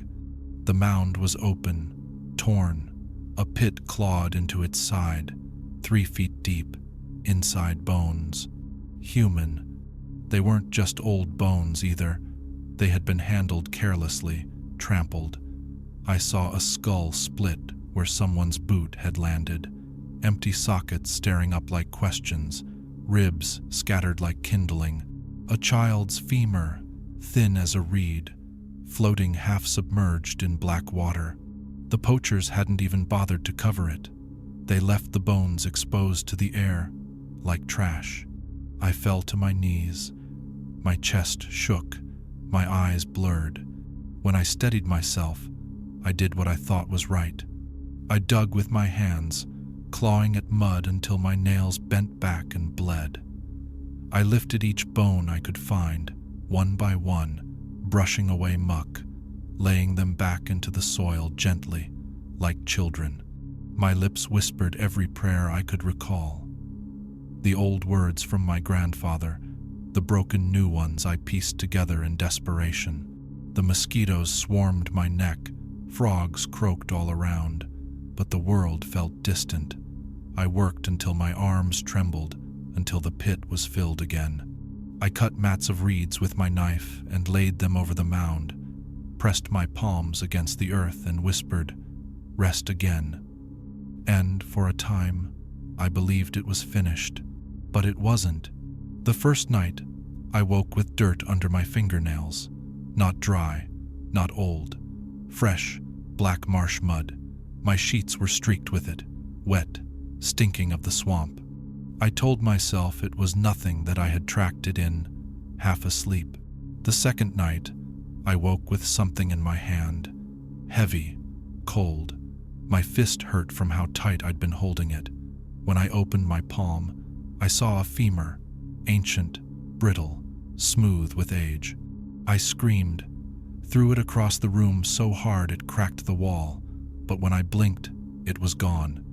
And that was only the beginning. Every night after, I woke in some new state of burial, my hair matted with dirt, reeds tangled into my shirt, mud packed between my teeth, choking me awake. My hands clenched tight around bones, finger bones, jaw bones, once even a skull so small and delicate I nearly crushed it when I jolted awake. I hurled them across the room, stumbled back in horror. And always, by morning, the bones were gone. At first, I told myself it was sleepwalking, stress, my mind unraveling, but then the bones began to change. No longer brittle, no longer ancient, fresh, damp, streaked with red, pink still in the marrow. And then came the choking. Some nights, I woke gagging, spitting up swamp water and mud onto the floor, the taste of soil in my lungs, my chest burning as though I'd been suffocated. Then came the night I didn't wake in bed. I opened my eyes to moonlight. I was standing in the swamp, barefoot, mud swallowing my ankles. My hands were buried wrist deep in the mound's soil, and something beneath the earth was holding me back. Not roots, not mud. Fingers, cold, thin, clawing around mine, pulling me down. I screamed until my throat tore. I yanked free and ran, crashing through reeds, water splashing up my legs. I didn't dare look back. Since then, sleep has been a curse. When I do close my eyes, the dreams come. Voices whisper in a tongue I don't fully know, but that my blood understands. Ancient, cold, accusing. They ask me why I put them back wrong, why I touched what wasn't mine, why I disturbed what should have stayed hidden. Every morning I check my hands. Sometimes they're clean, other times they're black with dirt, nails packed dark. And last night was worse. I woke with a weight on my chest, heavy, warm. My breath caught as I looked down. Not bone, not dirt, a tooth, still wet, still red. And it wasn't ancient, it was new. So hear me when I say this. If you ever find yourself in the marsh, and you see a mound with bones rising through the soil, leave them. Don't touch them, don't cover them, don't carry them. Because once you hold the dead in your hands, they'll never let you go. My name is Ezra Strongbow, Cherokee. My title is Trail Cutter, though to most, it doesn't sound like much. They picture me swinging a machete or running a chainsaw, clearing brush for tourists. They don't understand what it means out here. It means I'm the one carving paths where none exist, keeping the trails open when the forest wants them gone. And believe me, the forest wants them gone. Every path I cut, it closes twice as fast. Cypress knees push through the soil like bone fingers. Branches fall heavy as war clubs. Thorn thickets grow overnight, weaving nets across the trails. And above it all, the moss hangs lower every season, like the forest itself is dropping a curtain to shut me out. I never hated the work. I've lived in these woods my whole life, and I've always felt the forest breathing, not like a man breathes, deeper, heavier. It doesn't speak in words, it speaks in weight. The way the air thickens when a storm builds, the way silence falls before something moves. Out here, books don't teach you, signs don't teach you, listening does. And sometimes, what you hear isn't meant for you. The moss taught me that. Spanish moss drapes every tree in Caddo like silver-gray lace. Tourists call it beautiful. Photographers love it when the sunlight cuts through, making it glow. But when you spend day after day beneath it, sweating, Breathing it in, you stop seeing lace, you stop seeing beauty, you start seeing hair. And when you realize it moves when there's no wind, you learn real fast to keep your eyes down. The first time I noticed, I was working near the overlook, heat pressing down, air heavy enough to drown in. Sweat burned my eyes. I tilted my head back to wipe it away. That's when I saw it, one strand of moss trembling. Not all of it, just one long curtain brushing the air above me. I thought it was a bird, maybe a squirrel. But when I stepped back and looked closer, my chest tightened. It wasn't swaying. It was tightening, drawing in on itself like something inside was pulling it tight. Then stillness. Perfect stillness. I told myself it was nothing, went back to work. But from then on, I kept catching it. Not daily, not even weekly, but enough. A single strand quivering in dead air. A whole curtain drawing inward as if clenched by unseen hands. Always high, always out of reach, always just enough to gnaw at me. Until the day I made the mistake of looking too long. It was late evening. The sun bled red through the canopy, turning the moss into firelit curtains. I had been cutting deadfall, back screaming, arms weak. I leaned on my axe, head down, lungs dragging air. That's when I heard it. Not a sound, a rhythm, a faint creak, like rope tightening across bark. I lifted my eyes, and I saw it. Something clinging to the branches, long-limbed, thin, wrapped around the trunk like rope, hidden so deep in the moss I thought it was moss until it shifted, until it leaned down, and I saw its face, smooth, pale, featureless, but fixed on me. My breath caught, and that's when I realized it was breathing with me. Every pant, every gasp I sucked air, it sucked air. I held breath, it held, perfectly in time.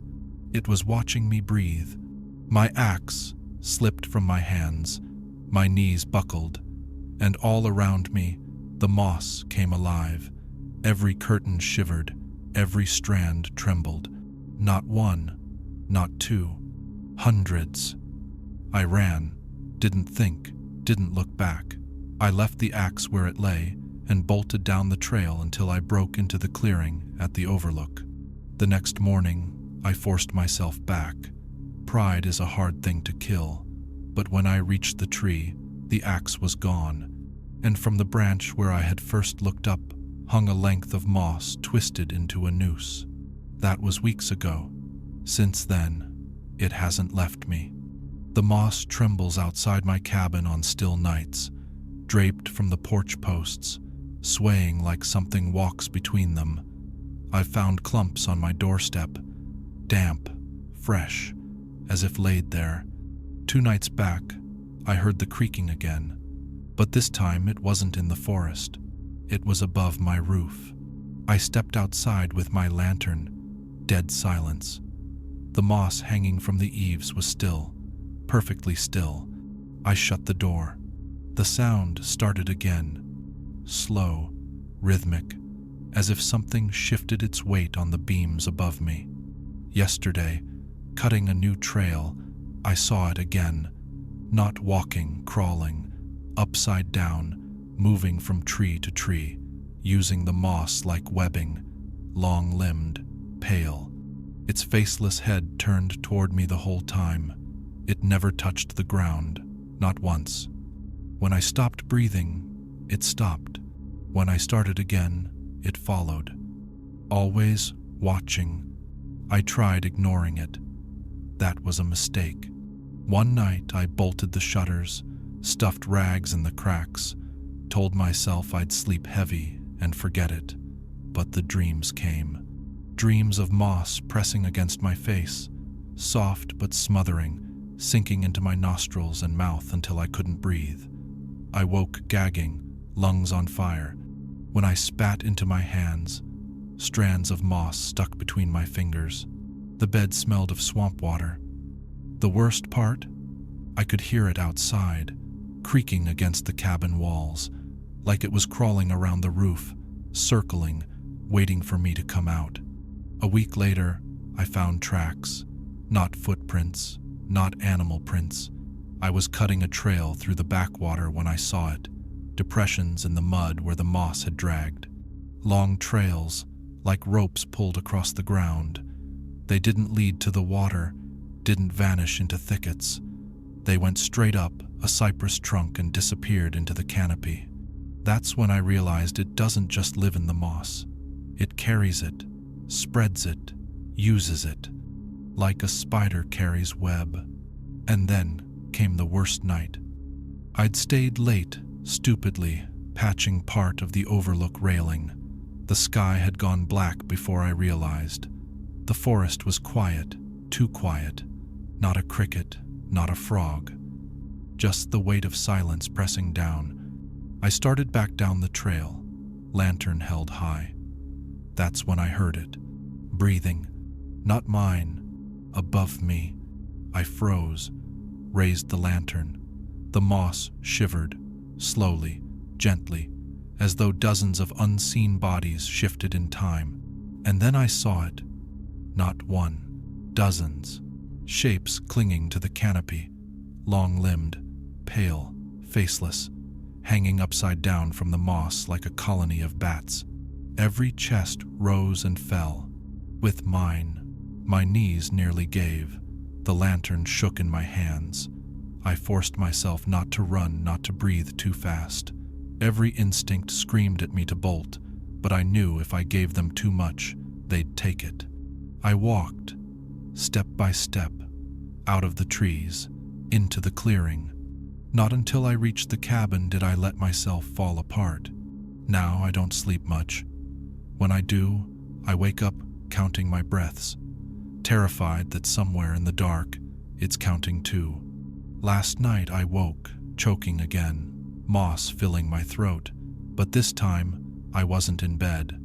I was outside, on the porch, barefoot, head tilted back, mouth open, and above me something leaned down, long arms brushing the porch beams, its face inches from mine.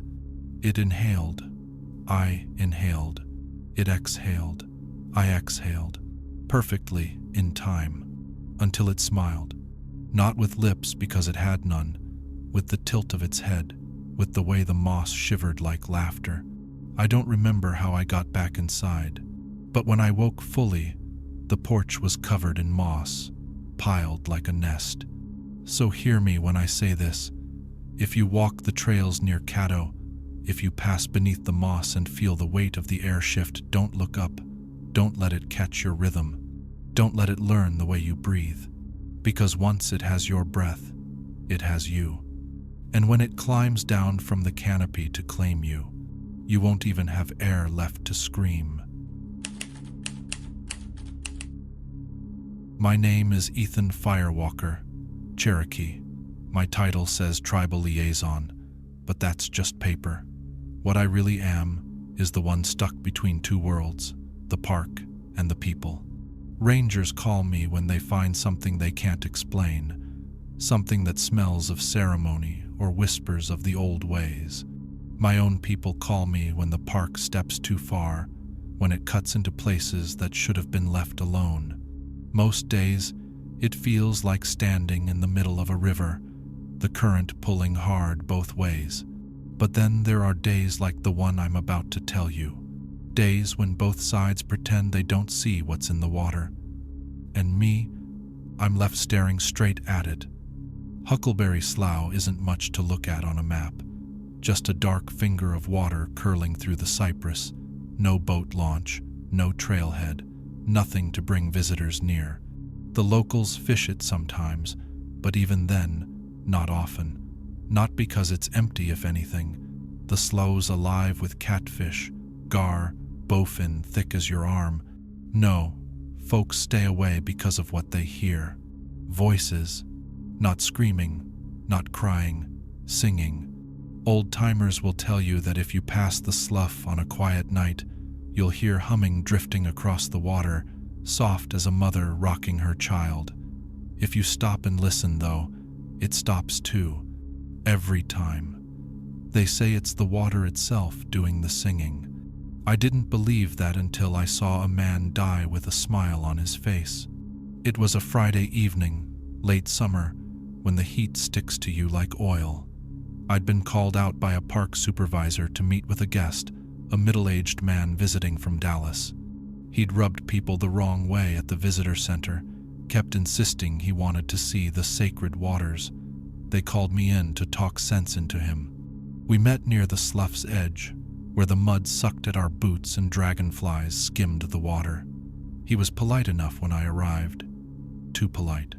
Smiling wide, shaking my hand, thanking me for sharing my culture. I've learned to be wary of men who start like that. I asked him straight what he was looking for. Just the truth, he said. I've read the stories, the singing, the spirits in the water. I want to see for myself. I told him the polite version that the slough wasn't a place for tourists, that there was nothing to see, that it was better he stayed on the marked trails. He nodded the whole time, still smiling, eyes never leaving the black surface of the water. Then, without another word, he walked straight in. At first, I thought he was joking. Shoes and all, pants soaking up mud. He stepped until the water was at his thighs, then his waist. I shouted for him to stop, but he didn't. He kept smiling, kept walking. By the time it reached his chest, I was in after him. The water stank of rot, the bottom soft as pudding. I lunged, tried to grab his arm, but he slipped deeper, faster than he should have. No thrashing, no struggle, just sinking, and the whole time, smiling. The last thing I saw before he went under was his hand, fingers spread wide, like he was reaching out to someone waiting below. Then he was gone. I dove after him, water burning my nose, my hands clawing through muck and reeds. But the slough's black, all shadows and tangles. My fingers found nothing but weeds. By the time backup arrived, the surface was flat again, calm. They dragged the slough all night, spotlights cutting the water silver. Didn't matter. They never found him, not even a scrap of clothing. The official report called it a tragic accident. Man ignored warnings, slipped into deep water, drowned, case closed. But I was there.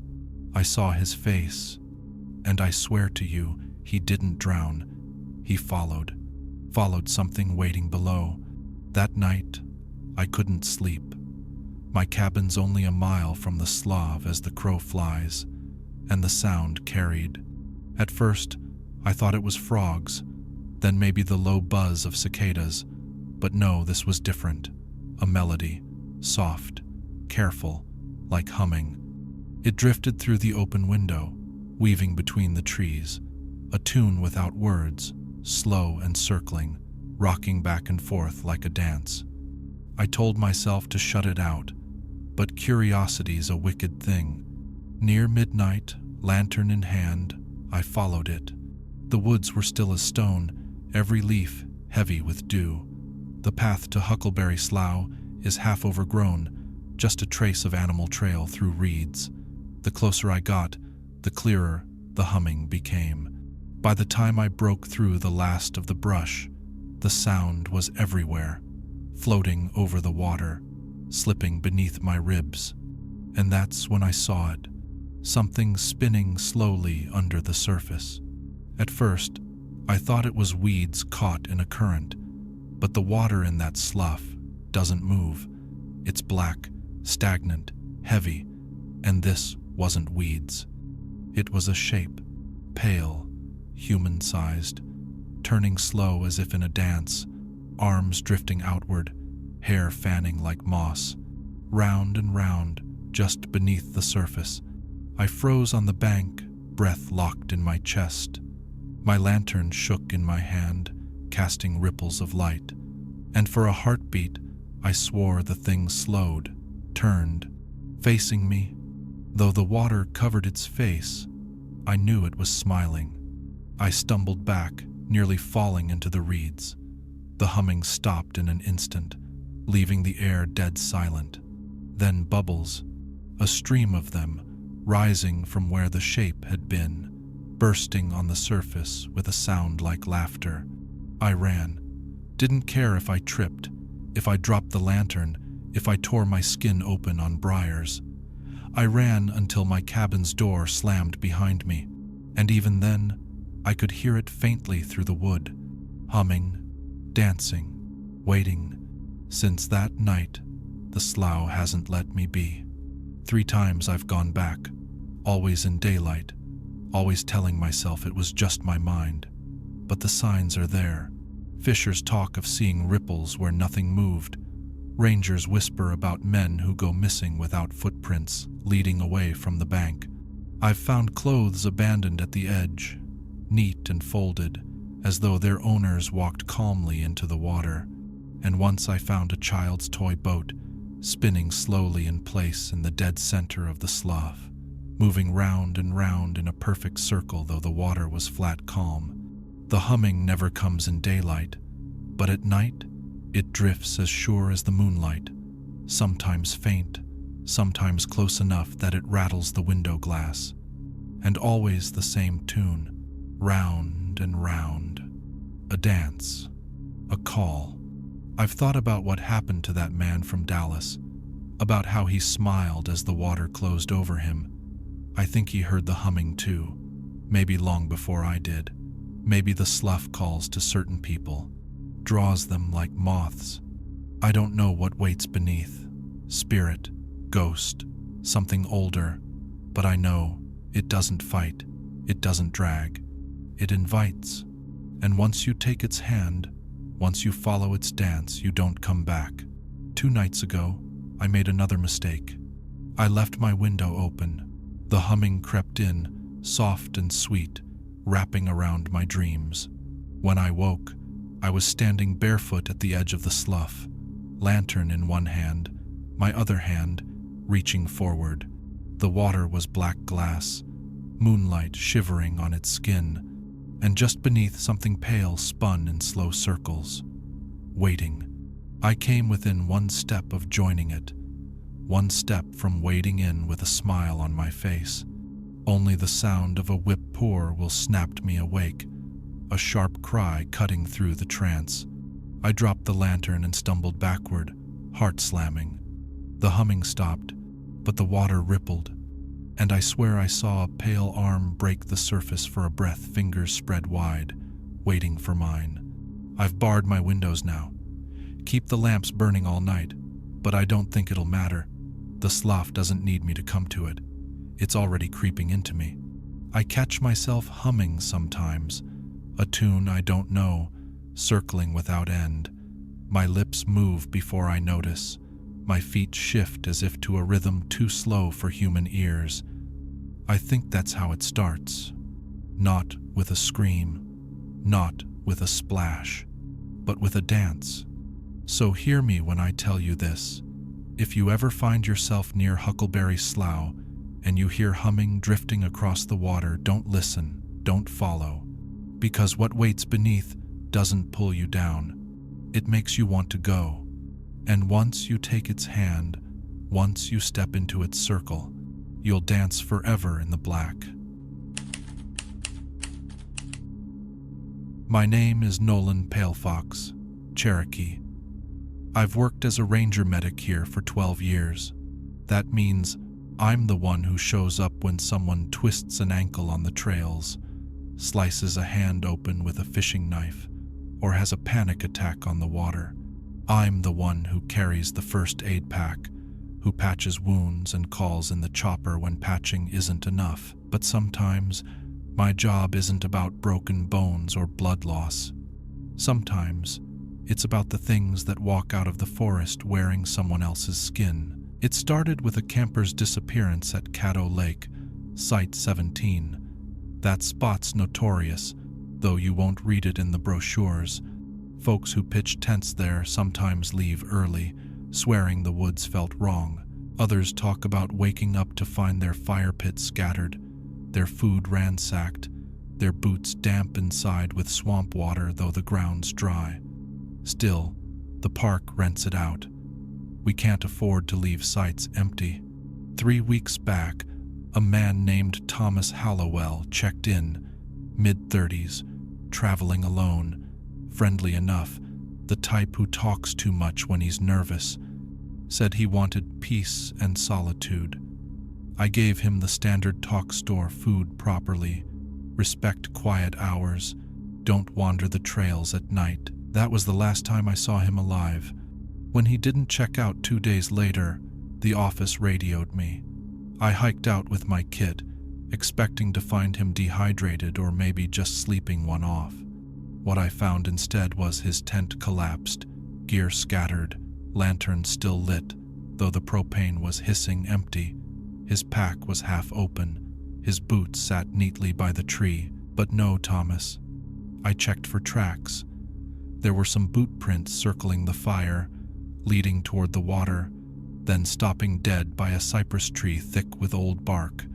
No drag marks, no signs of a struggle, just prints that ended at the base of the trunk, as if he'd stepped into it. That tree was strange, even before I leaned against it. The bark was rough, ridged deep like scars. Knots bulged from its trunk in the shape of shoulders, and when I laid my palm on it, the wood felt warm. Too warm. I should have walked away, should have called for backup. But I was tired. The sun was heavy, and I leaned against the trunk to catch my breath. That's when it wrapped around me. At first, I thought it was exhaustion playing tricks. The bark pressed my back like it was sinking inward. Then I felt it shift, fibers tightening, sliding, wrapping across my ribs like hands. I tried to push off, but the wood held. It bent without breaking, cords of bark curling across my chest, squeezing until I couldn't breathe. I clawed at it, fingernails ripping bark splinters loose, but beneath the bark was flesh, wet, pulsing. The forest tilted. My vision swam, and then black. When I opened my eyes, I wasn't where I thought I'd be. I was inside, not underground, not in a hollow, inside the tree. I couldn't move, couldn't raise my arms, couldn't scream. All I could do was look straight out through a thin slit in the bark, like an eyelid cracked open. Through that slit, I saw my own body, standing at the base of the tree, breathing, moving, blinking. It touched my med pack, adjusted the strap, then flexed its hands like testing new gloves, and then it walked away. I don't know how long I stayed trapped. Minutes, hours. Time doesn't flow right inside the bark. My chest felt heavy, like the wood itself was pressing in with every breath. Sap dripped in slow lines, sticky on my skin. Roots tangled around my legs, pulsing with something like blood. And all the while, I could hear, not with ears, deeper, voices moving through the grain, groaning low. Dozens of them, hundreds, whispers bleeding from the rings of the wood. I realized then I wasn't the first. Every tree around campsite 17 was full. At some point, the bark above my eye slit peeled, and I could see more of the campsite. Wind didn't reach me. Heat didn't either. What did reach me was the steady thud-thud from deeper in the trunk, slow and patient, like a second heart sleeping. Whenever that heartbeat sped, the slit narrowed. When it slowed, the slit widened. I started timing my breaths to it, because there wasn't anything else to do. A woodpecker landed high up on the trunk and hammered 5 quick blows. Inside, it felt like a mallet striking my ribs. The voices in the wood flared, all at once, like fish rising. I could make out words for a moment. No, please, turn me back. And then they thinned into grain and vanished. I tried to move my fingers. Nothing. I tried to scream. The bark swallowed it. I tried to pray like my grandfather taught me quietly, speaking to the old ones, but whatever was listening in there was older than old and not interested in mercy. When I finally slipped free, it wasn't by choice. The bark around me softened, split open like wet paper. I fell face first into the dirt, lungs screaming for air. My skin was slick with sap, my hair crusted with moss. I staggered up, dizzy, half expecting my legs to give, but they held, and that's when I saw the prints.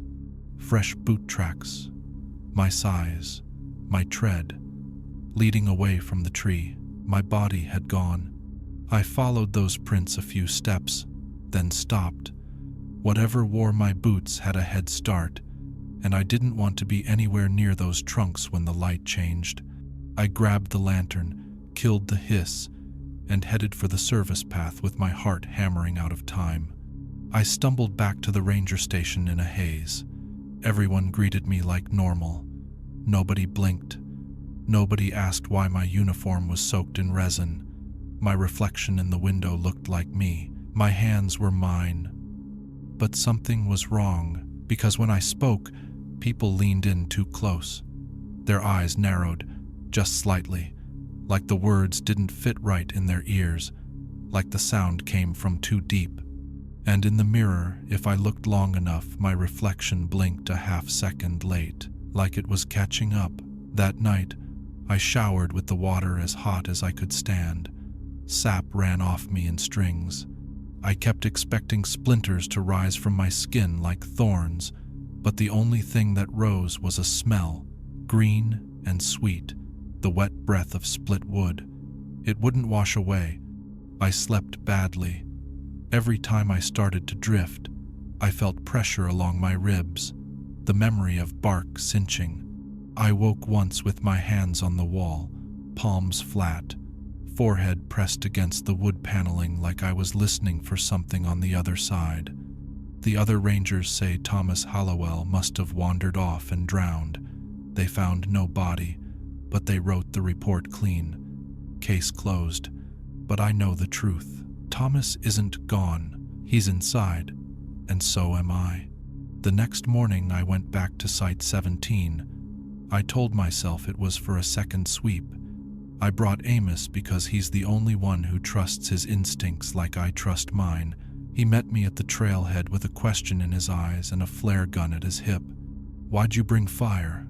I asked. "Because nothing hates a clean burn more than things that think in rings," he said, and that was good enough for me. We moved in quiet. The site looked normal at first glance. Tent still collapsed. Lanolin stink from the lantern. But the tree looked different. Not bigger, not smaller, just full. Like a belly rounded under a shirt. "I need to touch it," I said. "You don't," he said back. "I do." I stood 3 paces away and spoke instead of touching. "Thomas, if you hear me, I'm here." The bark shivered. Not a breeze, not an animal. A slow ripple from the roots to the high branches, as if something inside shifted in its sleep. Amos lifted the flare gun. "Don't," I said. The bark all around us ticked soft little sounds like knuckles cracking. It took me a second to realize it was the sound of the tree drying my name into itself. I stepped closer anyway. "Thomas," I said, "if you can knock." "Thomas." We waited. 3 knocks came back. Not loud, just enough. Amos swore under his breath. I dropped to my knees and pressed my ear to the trunk. It was warm again, warmer than my skin. "Nolan," a voice said, faint and close enough to make me jerk. "I'm wrong side. Help me. He's wearing me." "Keep talking," I whispered. "Tell me something about yourself." "Ohio," he said. "Sister named Leah. Afraid of needles since I was a kid." "Okay," I said. "We hear you." The bark tightened under my cheek. The slit I'd looked through from inside wasn't visible from out here, but I could feel where it had been. I slid my fingers along the grain and found a seam, thin as a paper cut. Amos put a hand on my shoulder. "You sure?" "No," I said, and dug my knife into the seam. The wood screamed, not with sound I can handle. The scream came as vibration, a shudder that traveled up my arm and into my teeth. Sap welled thick and dark, and the voices in the trunk rose like bees. I carved an inch, maybe 2, before the knife skated sideways like the grain itself had changed. The seam closed under my blade. "Nolan," Thomas gasped from inside. "Don't let it learn your hands." "How?" "It learns what you press into it." I dropped the knife. It stuck point first in the dirt. Amos snapped the flare and held it near the bark. The smoke curled and the tree hissed, but the seam didn't open.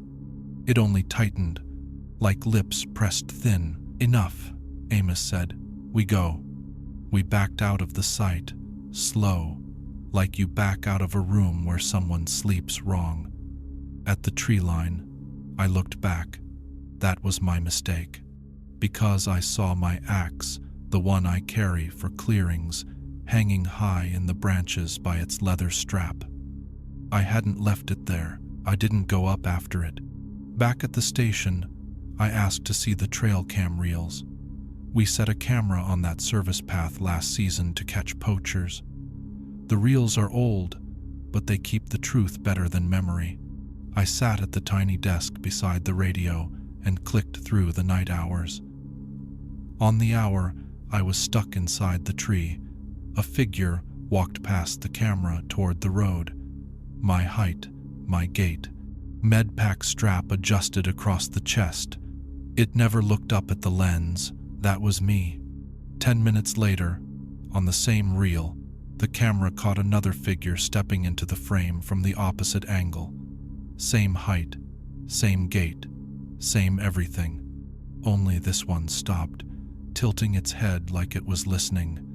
It set the medpack down at its feet and pressed its palm to a pine. Then it leaned. In the corner of the frame, the bark of that pine rippled. The second me walked on, I shut the reel off and sat with my hands in my lap for a long time. When I finally looked down, there were thin brown lines on my palms I hadn't noticed before, delicate, faint, like wood grain drawn with a dull pencil. They ran from my wrists to the base of my fingers, curving where my lifelines used to be. I scraped at them with my thumb. They didn't smudge. They were under the skin. That evening, I lit a match and held the flame near my forearm. I needed to see if I still healed like a man. The heat stung. I pressed the head of the match to my skin and hissed. A small blister rose. Sap didn't bleed. Blood did. I felt stupid for relief, but it came anyway. I slept worse that night. Twice I woke outside, standing in the dark with my palm against the side of the cabin. The second time I realized my hand was in the precise spot where a knot sits on the inside. I yanked away. The wood felt warm. The last 2 nights, I've woken choking, sap dripping from my lips. My chest aches where the bark wrapped around me. Sometimes I catch myself standing outside my cabin with no memory of walking there, always by the trees, always listening. And last night, I saw something worse. As I washed my face in the basin, I looked up into the mirror, and for a heartbeat, my reflection wasn't mine. It was Thomas. His eyes wide, his mouth moving silently, pleading. Then the bark rippled over his skin, sealing him back inside. When I blinked, I saw only myself again. This morning I asked Micah to check my voice recorder from the medical pack, just a little handheld thing I use to dictate when my hands are busy. He shrugged and handed it over. "You left it on your desk yesterday," he said. I hadn't. I pressed play. A hiss, the sound of footfalls, and then my voice, perimeter clear, proceeding to 17. But the cadence was wrong. Same words, wrong rhythm. Like a metronome beat set just off. I deleted the file and couldn't stop my hands from shaking. By noon, I had a plan that wasn't a plan. Go back alone and try again, this time with something older than flares or knives. I dug through my grandfather's box, the one I keep tucked under the bed with things I tell myself are keepsakes and not tools. A length of red thread, a small pouch of salt, a square of cloth with cedar ash smudged into it. I don't know if any of that matters to what lives in wood, but I needed to bring more than steel and fire. I reached the site as the light thinned. The tree stood waiting. The boots were still lined where Thomas had left them. I tied the thread around my right wrist and around the hilt of my knife, a simple loop to remind me my hand is my own. I poured a line of salt in a broken circle around the base, leaving a gap. I spoke low. Old ones, keep my breath inside my ribs. The bark ticked again. Quiet laughter in wood. Thomas, I said, not touching this time.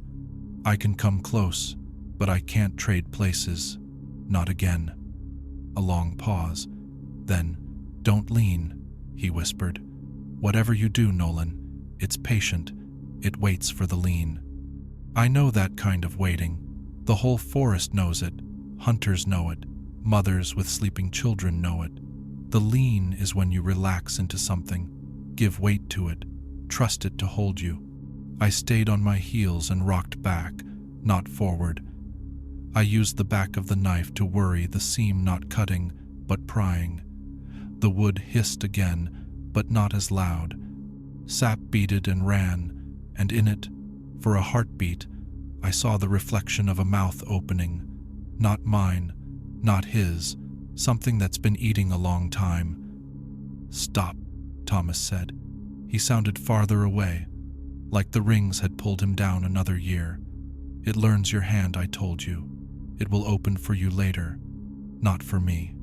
The salt line at my feet popped soft, like a tongue tapping teeth. I looked down. Ants had made a little bridge of their bodies across the gap I'd left. They didn't hesitate. They didn't avoid the salt. They used each other to cross it. I'm sorry, I whispered. The dark in the branches moved. Not wind, not weight, agreement. I backed out again, thread cutting into my wrist where I'd tied it too tight, feeling foolish and small and alive. Back at the cabin, I washed my hands and the brown grain in my palms looked more pronounced under the water. At the base of my throat, where a stethoscope rubs my skin raw on long days, a patch of flesh had roughened. If I ran a finger over it with my eyes closed, I'd swear it was bark. I stood in the doorway and listened. The pines answered. No words, but I knew the shape of what they were saying. Not a threat, a promise. I don't know how long I have. Maybe the thing that walked away in my body is stronger.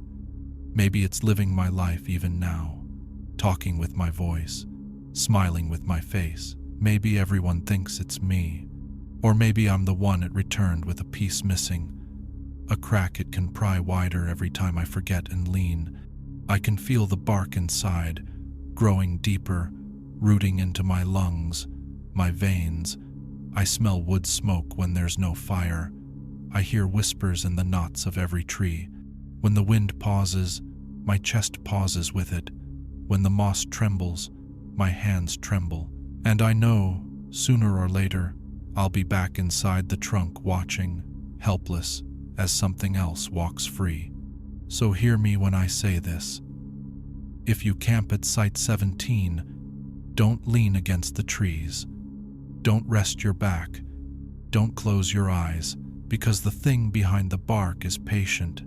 It counts breaths the way rings count winters, and once it has your body, you'll spend the rest of your days looking out through wood, knocking where no one knows to listen,